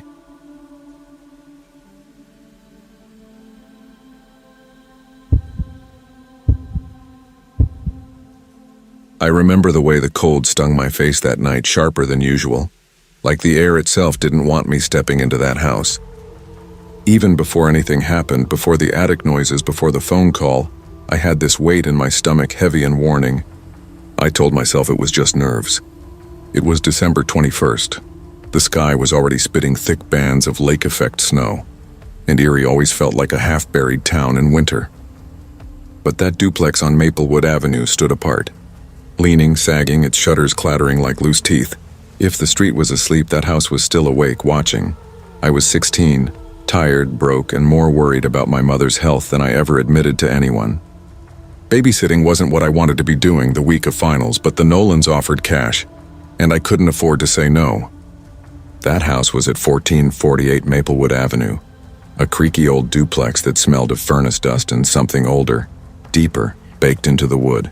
Their car idled in the driveway when I arrived, exhaust smoke swallowed by the snow. "You'll be fine, Emily," Mrs. Nolan said with her bright smile, tugging her gloves on.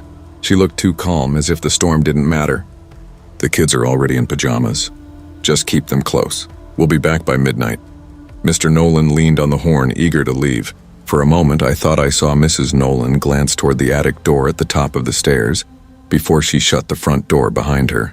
It was a tiny look, a flicker of hesitation, and then she was gone. The kids, Casey 8 and Hannah 4, were wide-eyed with storm excitement. Pajamas, slippers, faces glowing with the kind of anticipation only children feel when the world outside is disappearing under snow. They dragged me into the living room where a grandfather clock stood in the corner, tall and skeletal, its pendulum swaying in slow arcs. Every swing was louder than it should have been, a steady thunk, thunk, thunk that seemed to fill the house. At first, it was ordinary. I got them snacks, checked my calculus notes, tried to ignore the sounds of the storm. But I couldn't stop looking at the clock.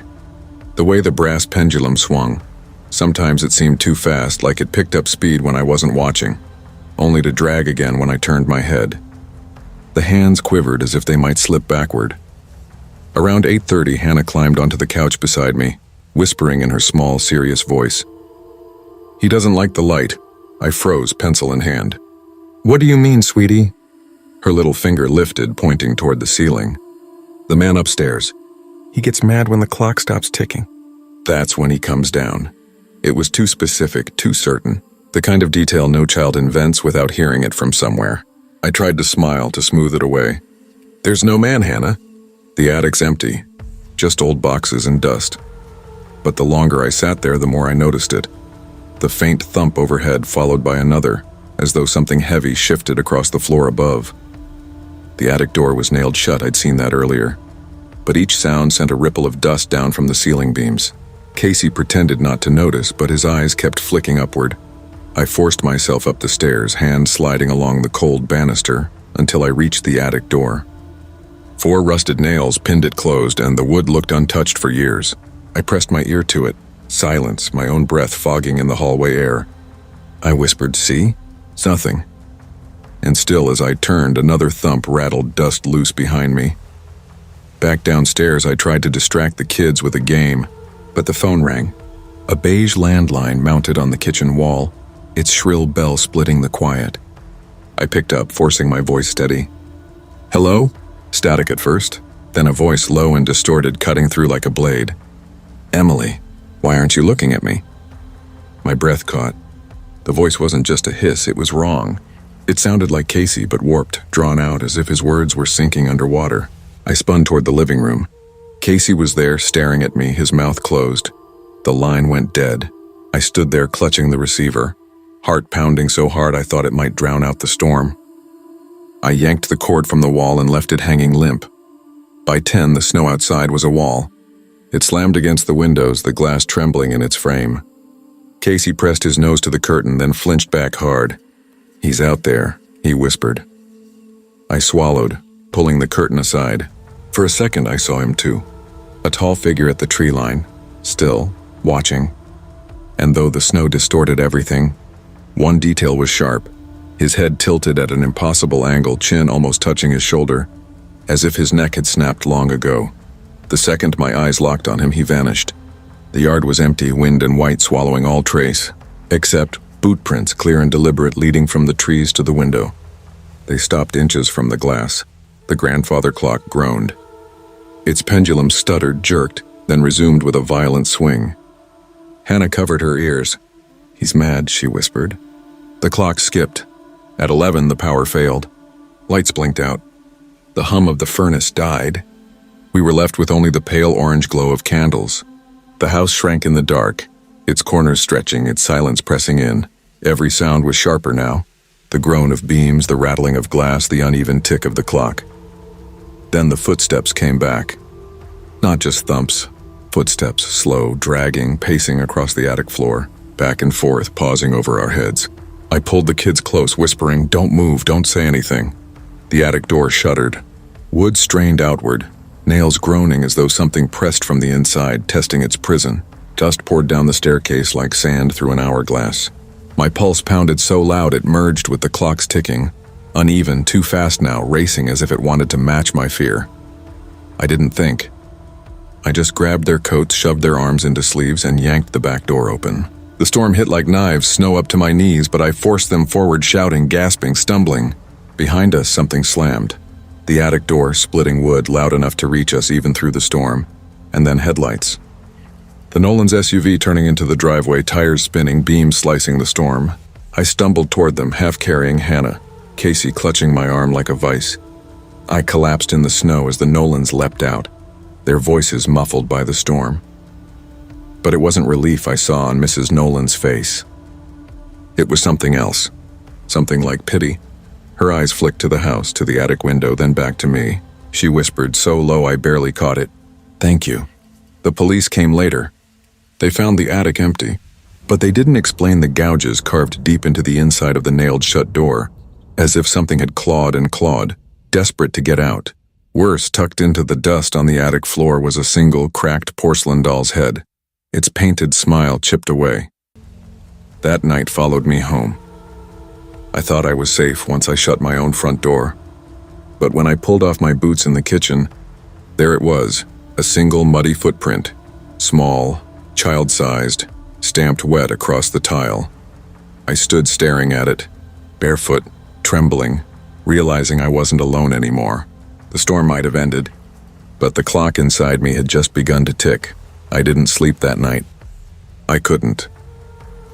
I sat at the edge of my bed, staring at the faint, muddy print stamped onto the kitchen tile, half hoping the storm's light tricks would make it fade away by morning. But when the sun finally scraped its way through the blinds, it was still there, dried now, sharp in detail, toes pressed deep, as if whoever left it had stood there waiting. Watching. I didn't tell my mother. She was already coughing too much, already pale from weeks of poor sleep. The last thing she needed was my hysteria. I scrubbed the floor until my knuckles ached, but no amount of bleach or scouring erased the impression. The tile looked clean, but if I tilted my head just so, the faint outline was always there. I told myself the mind invents things when it's scared, that maybe I'd tracked snow myself, that maybe my eyes had blurred it into something smaller. But the truth gnawed at me. That footprint was the size of Hannah's shoe. The next week dragged. School became a blur of equations and essays that never stuck in my mind. Every clock I saw caught my attention. The tick, the pause, the little stutters. Sometimes in the silence of class I swore I heard that grandfather clock again, swinging too fast, then too slow, as if it had followed me in sound if not in wood. At home, the phone began to ring. Not the cell in my pocket. The landline no one used anymore, still mounted in the hallway like a relic. The first time it rang, I nearly dropped my backpack. I let it shrill and die. The second time I answered, "Emily, why are you hiding?" The voice was closer this time, clearer. A child's tone stretched thin, warped, almost sing-song. My blood froze when I realized it wasn't Hannah's or Casey's voice this time.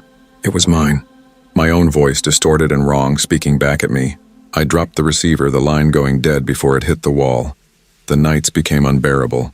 I jolt awake to the faint sound of a pendulum in the hall, though the only clock in the house was digital.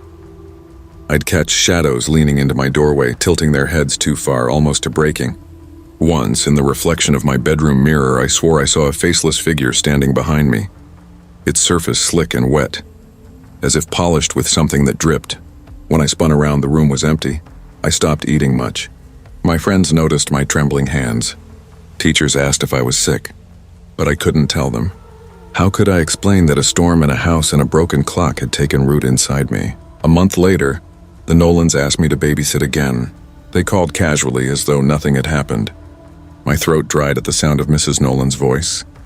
"The kids really miss you, Emily, they've been asking." I wanted to scream at her, to demand she explain why she looked at me that night with pity instead of shock, why her thank you had sounded more like resignation than gratitude. But all I managed was a brittle, "I can't." There was silence. Then softly, "That's all right. Someone always comes back." And she hung up. The words haunted me. Someone always comes back. Like it wasn't a question of if, but when. Like I was part of something older than myself, stitched into the wood of that house, into the breath of that storm. The dream started soon after. Always the same. I was in the Nolans' living room, the grandfather clock ticking furiously, the hands spinning backward. Hannah would tug my sleeve, whispering, "Don't let the clock stop. Don't let him get mad." Then the pendulum would cease, silence thickening, and something behind the attic door would exhale, long and wet. Before the wood split open, I'd wake drenched in sweat, the phantom sound of claws scraping at my own bedroom door. One night I finally broke. I got in my mother's car and drove back to Maplewood Avenue. Snow crusted the curbs. The duplex stood the same, bent inward, its windows dark. I told myself I only wanted to see it in daylight, to prove it was just a house. But my body betrayed me. I got out. I walked to the porch. I pressed my hand to the door. It swung open too easily. The Nolans weren't there. The living room was cold, empty, but the clock was still in the corner. And it was moving, pendulum swaying, too fast, then too slow, then stopping entirely. The silence that followed was suffocating. My chest ached with the pressure of it. A single voice broke it, high, thin, echoing from the stairs. "Emily, you left the light on." I looked up. The attic door hung open now, nails ripped out, wood splintered. Darkness poured from it like smoke. And in that darkness I saw movement, small at first, then growing, crawling, spilling into the hall. Shapes that looked like children but wrong. Too thin, too long, faces smooth as porcelain, heads tilted until they cracked. They swarmed the stairs with soft, deliberate steps, each step matched by the furious ticking of the clock that had started again, beating like a frantic heart. I ran. I don't remember the drive home. I only remember the feeling that something sat in the back seat the entire way, breathing against my neck. That was years ago. I'm older now, but I'm not free.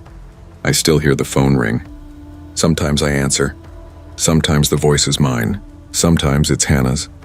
Sometimes it's a chorus of both children whispering in sync. Don't let the clock stop. I've smashed mirrors, thrown out every clock in my house, but it doesn't matter. The sound always returns, swinging, ticking, faster and faster until I can't breathe. I don't know if the Nolans still live there. I don't know if anyone does. But I know this. When the first snow of the season falls, the calls always start again. And last night, when I opened the door to fetch the mail, There was a footprint in the fresh powder on my porch. Small, bare, waiting. And I can't help wondering, was I babysitting them that night? Or were they babysitting me?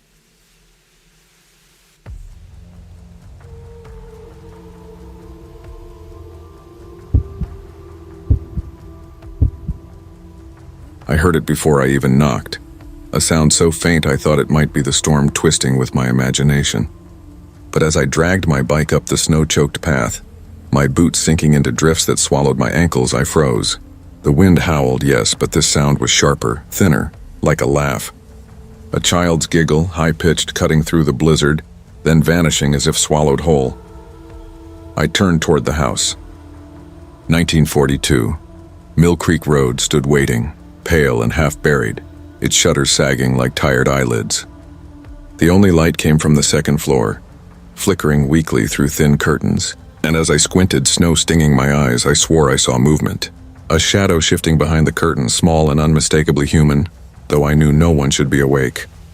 A chill crept deeper than the storm could reach. Something about that house wasn't right.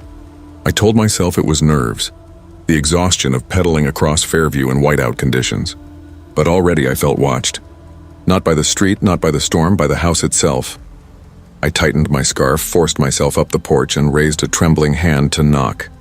My knuckles barely brushed the wood before the door opened. He was there, waiting. "Claire?" His voice was soft, almost careful, like a man greeting a stranger in a dream. "Yes?" I said, catching my breath. "Mr. Dalton?" He nodded once. His smile was practiced, polite, but behind it was something else. His eyes darted past me into the storm, then back to my face as if reassuring himself I had really come. The kind of look people give when they're afraid of being alone, or worse, when they're afraid of being caught. "Thank you for coming," he said quickly. "I know the weather's impossible, but she doesn't like to be left alone, not even for a little while." The way he said she made my stomach tighten. "She's already asleep," he added, lowering his voice to a whisper, as though afraid of being overheard. "You mustn't disturb her. She waits for me." That phrasing snagged in my mind like barbed wire. She waits for me, not she's waiting for me to come home. Not she'll wake if you're too loud. Just that strange possessive statement that felt like both command and warning. I forced a small nod, stepping inside. The air was no warmer than the porch. It smelled faintly of mildew and dust. My boots echoed too loudly against the bare floorboards. The entryway was stripped bare, no shoes, no coats, no clutter. Just a single pink child's jacket hanging neatly by the stairs. Too clean, too staged, like a prop. Mr. Dalton handed me a baby monitor, his fingers brushing mine with the stiffness of someone who rehearsed every gesture. "This is all you'll need. Just keep her company. She doesn't like silence." The monitor buzzed faintly in my hand, green light blinking. The air seemed to thicken. "I won't be gone long," he murmured, pulling on his coat. "Remember, don't go upstairs, not unless she calls for you." Before I could answer, he slipped out the door, the storm swallowing him whole. And I was alone. Alone in a house that didn't feel like it belonged to anyone at all. At first I tried to act normal. Pulled out my phone, scrolled through texts. Maya had already messaged me. "Storm's insane. You made it okay?" I typed back, "Yeah. Babysitting." Weird place, though. I didn't mention the cold seeping into my bones or the way the living room lamp flickered in irregular spasms like it was trying to send a signal. I didn't mention the silence. Not the ordinary silence of a house after dark, but something deeper. A silence that pressed back when you listened, crowding the space between your thoughts. The monitor crackled. My hand jerked, but it was just static, faint and restless, like breathing hidden under white noise. I turned the volume down, trying to ignore it. Minutes dragged. The storm hammered the windows. Shadows swayed across the walls. And then I heard it, the first sound, not a thud, not the shuffle of feet. A faint hollow rolling, like a marble or toy car skittering across the upstairs floor. I froze, staring at the ceiling. The sound came again, bouncing, pausing, then stopping dead. I whispered to myself, "She's asleep." He said she's asleep, but my chest was already tight, because that wasn't the sound of a sleeping child. That was the sound of someone playing. I stared at the monitor. Static hissed back. Then, "He's not my dad." The voice was small, sweet, close. So close it felt like it wasn't coming from upstairs at all, but from the air in the room. I dropped the monitor onto the couch. My skin prickled as though someone had leaned in and whispered right against my ear. I forced myself to laugh weakly, muttering, "Old electronics." Just interference, but my laugh sounded hollow. And when the voice came again, repeating, "He's not my dad. He's not my dad." In a sing-song rhythm, I couldn't convince myself anymore. I tried texting Maya again, but my phone flickered, battery draining faster than it ever had before. I shoved it into my pocket, forcing myself not to panic. The storm battered the house harder, as if urging me to leave. But my bike was buried, the roads impassable. I was trapped. The tapping began not long after. At first soft, like branches brushing glass. Then clearer. Tap, tap, tap, precise, rhythmic, almost like a code. 3 short, 2 long, 1 short, repeated over and over. I turned toward the living room window. Frost blurred the glass, but beyond it, shapes shifted in the storm. And there, clearer than anything else, a handprint. Small. Pressed from the outside. Holding. Waiting. My breath fogged. My body refused to move. The tapping continued, each beat syncing with the pounding of my heart until I couldn't stand it anymore. I tore myself from the couch and fled to the stairs. I needed to see her. I needed to know if she was real. The hallway upstairs was darker, colder. The air smelled of dust and old wood. The light from the single open door spilled across the floor in a sickly yellow square. My steps creaked too loud. I pushed the door open. The bed was made, smooth, neat, empty. But the pillow bore the faintest impression. The shape of a small head still pressed into the fabric.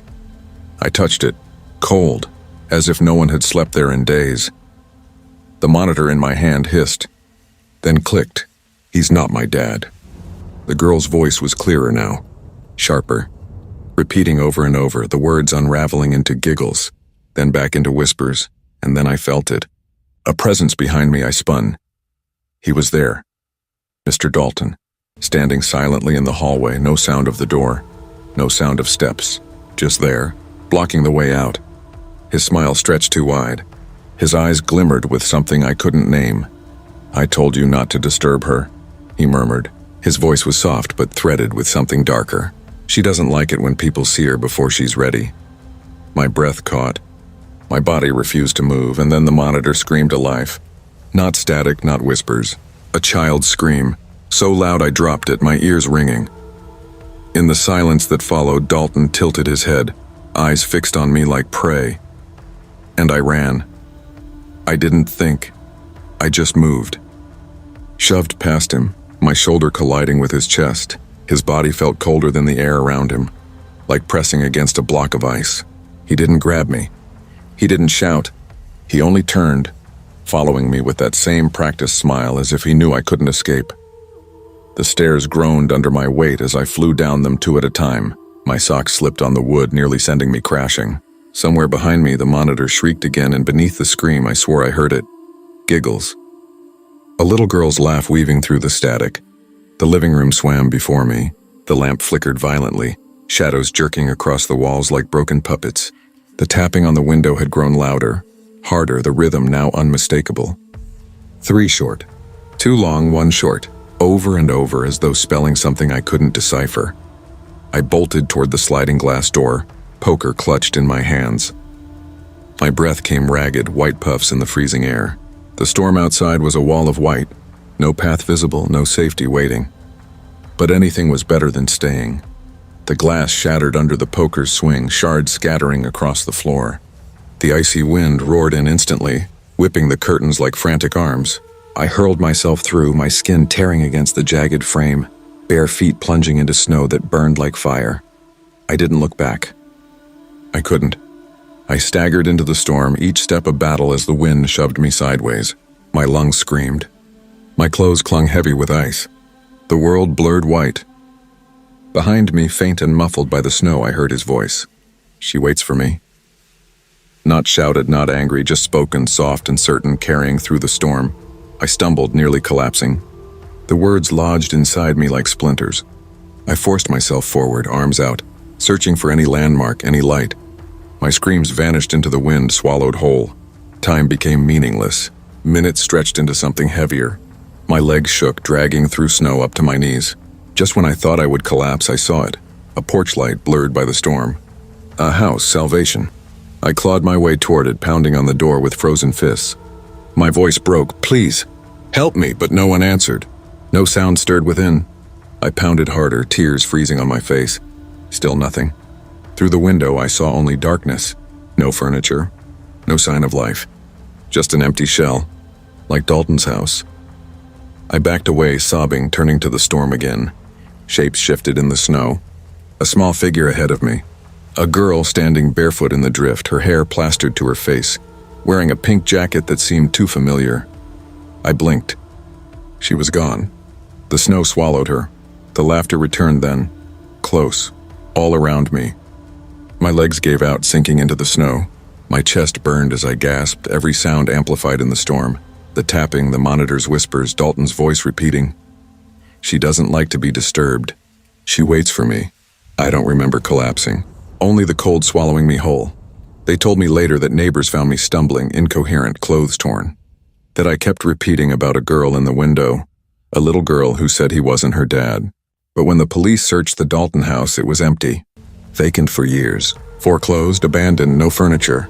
No toys, no child's jacket by the stairs. Only a cracked baby monitor left behind, its green light still blinking faintly, hissing static. I don't babysit anymore. I can't. I can't be in houses with upstairs windows lit after midnight. And sometimes, when the snow falls heavy and the night presses in, I hear it again. Tap, tap, tap. Always rhythmic. Always deliberate. And when I look toward my own window, I swear I see her, the girl in the window, still waiting to be let in.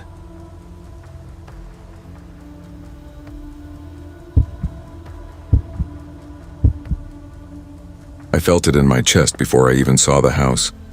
An unease that pressed against my ribs, like something inside me wanted to turn back before I set foot on the porch. The storm had already begun to swallow Bangor that night, snowflakes clumping thick and heavy, muffling the world into a strange, weighted silence. Even the sound of my boots crunching on the shoveled path to 191 Ash Street seemed too loud, too intrusive, like I was disturbing something that wanted to stay asleep. The house loomed at the end of the path, a tall, drafty Victorian with sharp gables and wide, unblinking windows that reflected back only darkness. The porch light flickered, and the shadows across the siding looked like veins crawling through skin. I told myself it was just nerves, the kind I always carried these days. Ever since I'd left grad school and moved back home, my thoughts had felt heavier, clumsier, like I was dragging around a body that no longer belonged to me. Babysitting jobs filled the space between figuring out my next step and avoiding the crushing silence of my childhood bedroom. When Eleanor Baird reached out through the local Facebook group, I said yes too quickly. The Bairds opened the door before I could knock. They were waiting for me. Dr. Miles Baird, dark overcoat, rectangular glasses, hair too perfectly combed back, spoke fast, his voice brisk. "She's had dinner. Bedtime is 9 sharp. Emergency numbers are on the fridge. Do not open the basement door." The last instruction caught me, but before I could ask, Eleanor cut in. She was striking. Her hair pulled into a bun so tight it seemed to lift her features, her lipstick an almost violent shade of red. Her scarf was knotted at her throat like a noose. She said, "She's imaginative, but don't indulge her." They didn't linger. No pleasantries, no questions about me. They looked past me as if I were a formality. As they hurried into the snow, I saw something in Eleanor's expression. A flicker. A too quick glance at her husband when she mentioned their daughter's imagination. Not dismissal, not amusement. Something like acknowledgement. And then it was gone. I stepped into the house. The air was colder than I expected. The kind of cold that seeped from the walls rather than the weather. The floorboards groaned under my boots like a voice whispering through clenched teeth. And then she appeared. Lila, 8 years old, small-boned, hair pale and frizzy around her head.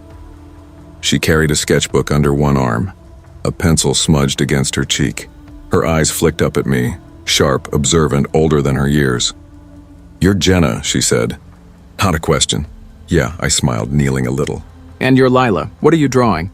She opened the sketchbook without hesitation. Thick black trees twisted across the page, their roots tangling into scribbled knots, skies filled with gray smears. Some pages had dark smudges where she'd rubbed so hard the pencil tore the paper. "They look intense," I said carefully. "They keep him out," she answered simply, flipping another page. Another forest. Another storm sky. I waited for her to explain, but she only looked at me, measuring, before turning away and walking toward the staircase with her sketchbook clutched to her chest. For the first hour, she was cheerful enough. She showed me her colored pencils, her toy animals lined neatly on her windowsill. But as the storm deepened, her mood shifted. By 8:30, she sat at the bottom of the grand staircase, staring upward. "What are you listening to?" I asked. Her voice was flat. "He comes when the house is angry." A shiver shot through me. "What do you mean?" Her gaze didn't leave the stairs. "He doesn't like silence either. He likes when it hurts." The words hung there, heavier than the storm. I tried the Baird's numbers, no answer. The landline hummed with dead static. By 9 p.m, Lila had taken her drawings from the sketchbook and was moving from mirror to mirror, taping them across the glass with careful precision. She worked fast, humming under her breath. I followed, unsettled. "What are you doing?" "If he can't see, he can't come out." The mirrors were tall and old, their glass dim, streaked with age. When she pressed a drawing of black trees over one, I thought for a moment I saw the lines move, shifting like branches in a wind I couldn't feel. "Who can't come out?" I asked, my throat dry. She didn't answer. She just kept taping. I helped her because not helping felt worse. The footsteps started at 9:30, slow, deliberate, across the landing upstairs. My stomach clenched. "Do you hear that?" I whispered. Lila nodded, eyes wide. "He's already awake." I forced myself up the stairs, phone flashlight in hand. The portraits along the walls, heavy oils of people I didn't know, watched me. Not metaphorically. Their eyes seemed to shift, too sharp, too focused. The rooms were empty. But in one mirror, uncovered, I thought I saw movement. A flicker of scribbled lines, gray and black, twisting into something too tall, too thin. When I blinked, it was gone.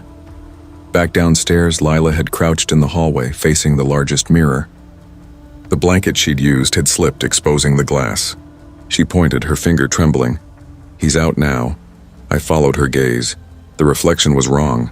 At first, it was me. But then the features stretched, my eyes sinking into hollow black pits, my mouth smearing into a wide, trembling line. My skin rippled into graphite scribbles, a monstrous distortion of Lila's drawings. It leaned closer to the glass. I grabbed her. The front door was swollen with the storm, but I shoved it open, icy air slamming into us. Snow clawed at my face as we stumbled down the steps, the house groaning behind us like a living thing. A plow truck appeared, lights blazing, horn blaring. The driver's face was wide-eyed as he pulled us in. My hands shook so hard I could barely hold Lila upright. When I glanced back just once, the hall mirror caught the porch light, a face pressed against the glass. Not mine, not hers, watching. The police station smelled like wet wool and burnt coffee. I sat on the hard plastic chair with Lila pressed against me, her small frame shaking even though the snow had melted off her coat. A mug of cocoa sat untouched on the table.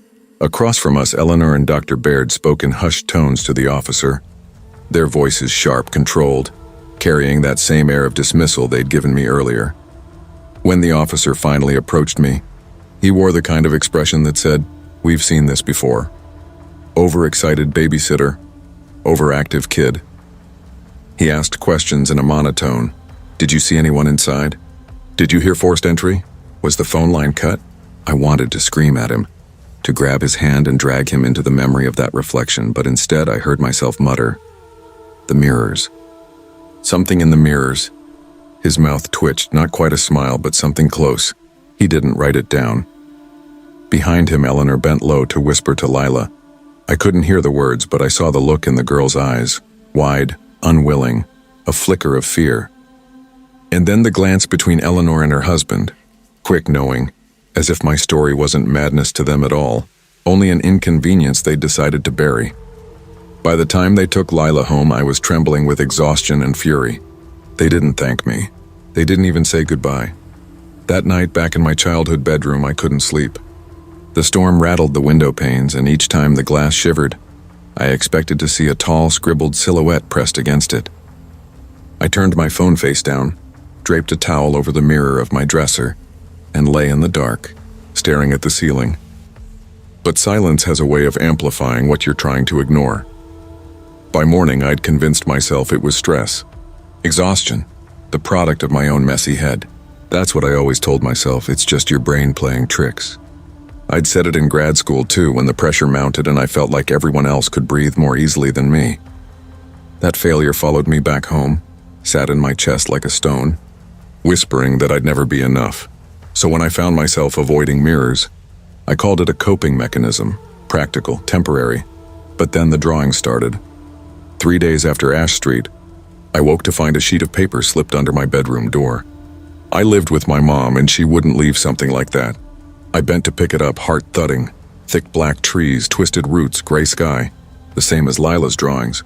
Only this time, in the middle of the page, was a figure made of scribbles, tall, hollow-eyed, its outline vibrating as though it couldn't hold still. I tore it in half, then quarters, then shoved it into the trash. That night, in the bathroom mirror, I thought I saw pencil smudges under my own eyes. Over the next week, they appeared again, slipped between textbooks on my shelf, folded inside my coat pocket, tucked into the spine of my old diary.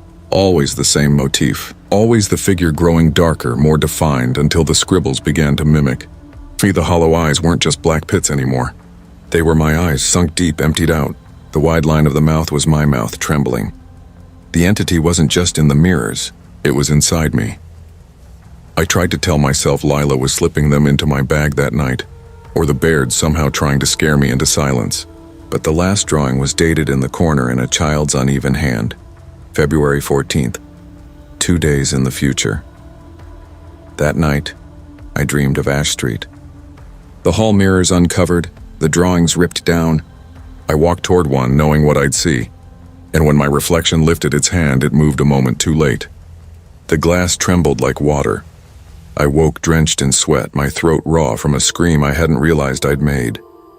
I started covering every reflective surface in the house. Aluminum foil taped over the bathroom mirror. My laptop camera plastered with stickers. My phone screen kept dark. My mom noticed, of course. She asked questions I couldn't answer. I mumbled about anxiety, about not wanting distractions. She let it go, but I saw her watching me like I was fraying. Maybe I was. On the 10th night, I slipped into the living room for water. The TV was off, but in its dark screen, I caught a reflection that wasn't mine. A smear of gray and black, as though a pencil had scraped across the glass. I froze. The air thickened, colder, and I heard it again, the sound from the Ash Street walls. A long, deliberate exhale. The reflection leaned closer, its face stretching, features blurring into my own. And then so softly I thought it came from inside me. He doesn't like silence. I dropped the glass. It shattered, water spreading like silver across the hardwood. But in that water, a reflection surfaced. Dark scribbles, hollow eyes. Watching from the floor, I stumbled back. My breath jagged. For hours I sat awake. Every light in the house blazing. Every mirror covered. I told myself I was safe, that I'd outrun it. But safety is a fragile lie. 2 days later, I found a faint metallic smear on the living room floor, right where the water had spilled. I scrubbed at it, but the mark didn't fade. In certain light, it looked like graphite rubbed deep into the grain of the wood. That night, I couldn't resist. I pulled the towel off my dresser mirror. For a moment, it was only me, pale, hollow-eyed from too little sleep. Then my reflection smiled. And I didn't. I staggered back, my chest seizing. The reflection leaned closer, eyes black pits, skin rippling into scribbled lines. My own failure, my own emptiness staring back, it whispered. "He comes when the house is angry." I screamed, slamming the towel back over the glass. But the voice echoed in the room, low and certain. Now, even when every mirror is covered, I feel it. Behind me, in the shimmer of a phone screen, in the glossy surface of a window at night, a presence just out of reach. And tonight, as I write this, I swear the metallic smear on the floor has grown darker. Because maybe he doesn't need Ash Street anymore. Maybe he's already here, waiting in my own house, inside my own reflection, and the silence is breaking. All right, friends, that's it for today's video. I want to sincerely thank you for all the support you've been showing. It truly means a lot and keeps me motivated. If you enjoyed this video, please consider liking and subscribing if you haven't already. I'd also love to hear your thoughts and suggestions in the comments about what you'd like to see in upcoming videos. Your feedback helps shape the direction of this channel. Until next time, take care and I'll see you in the next one.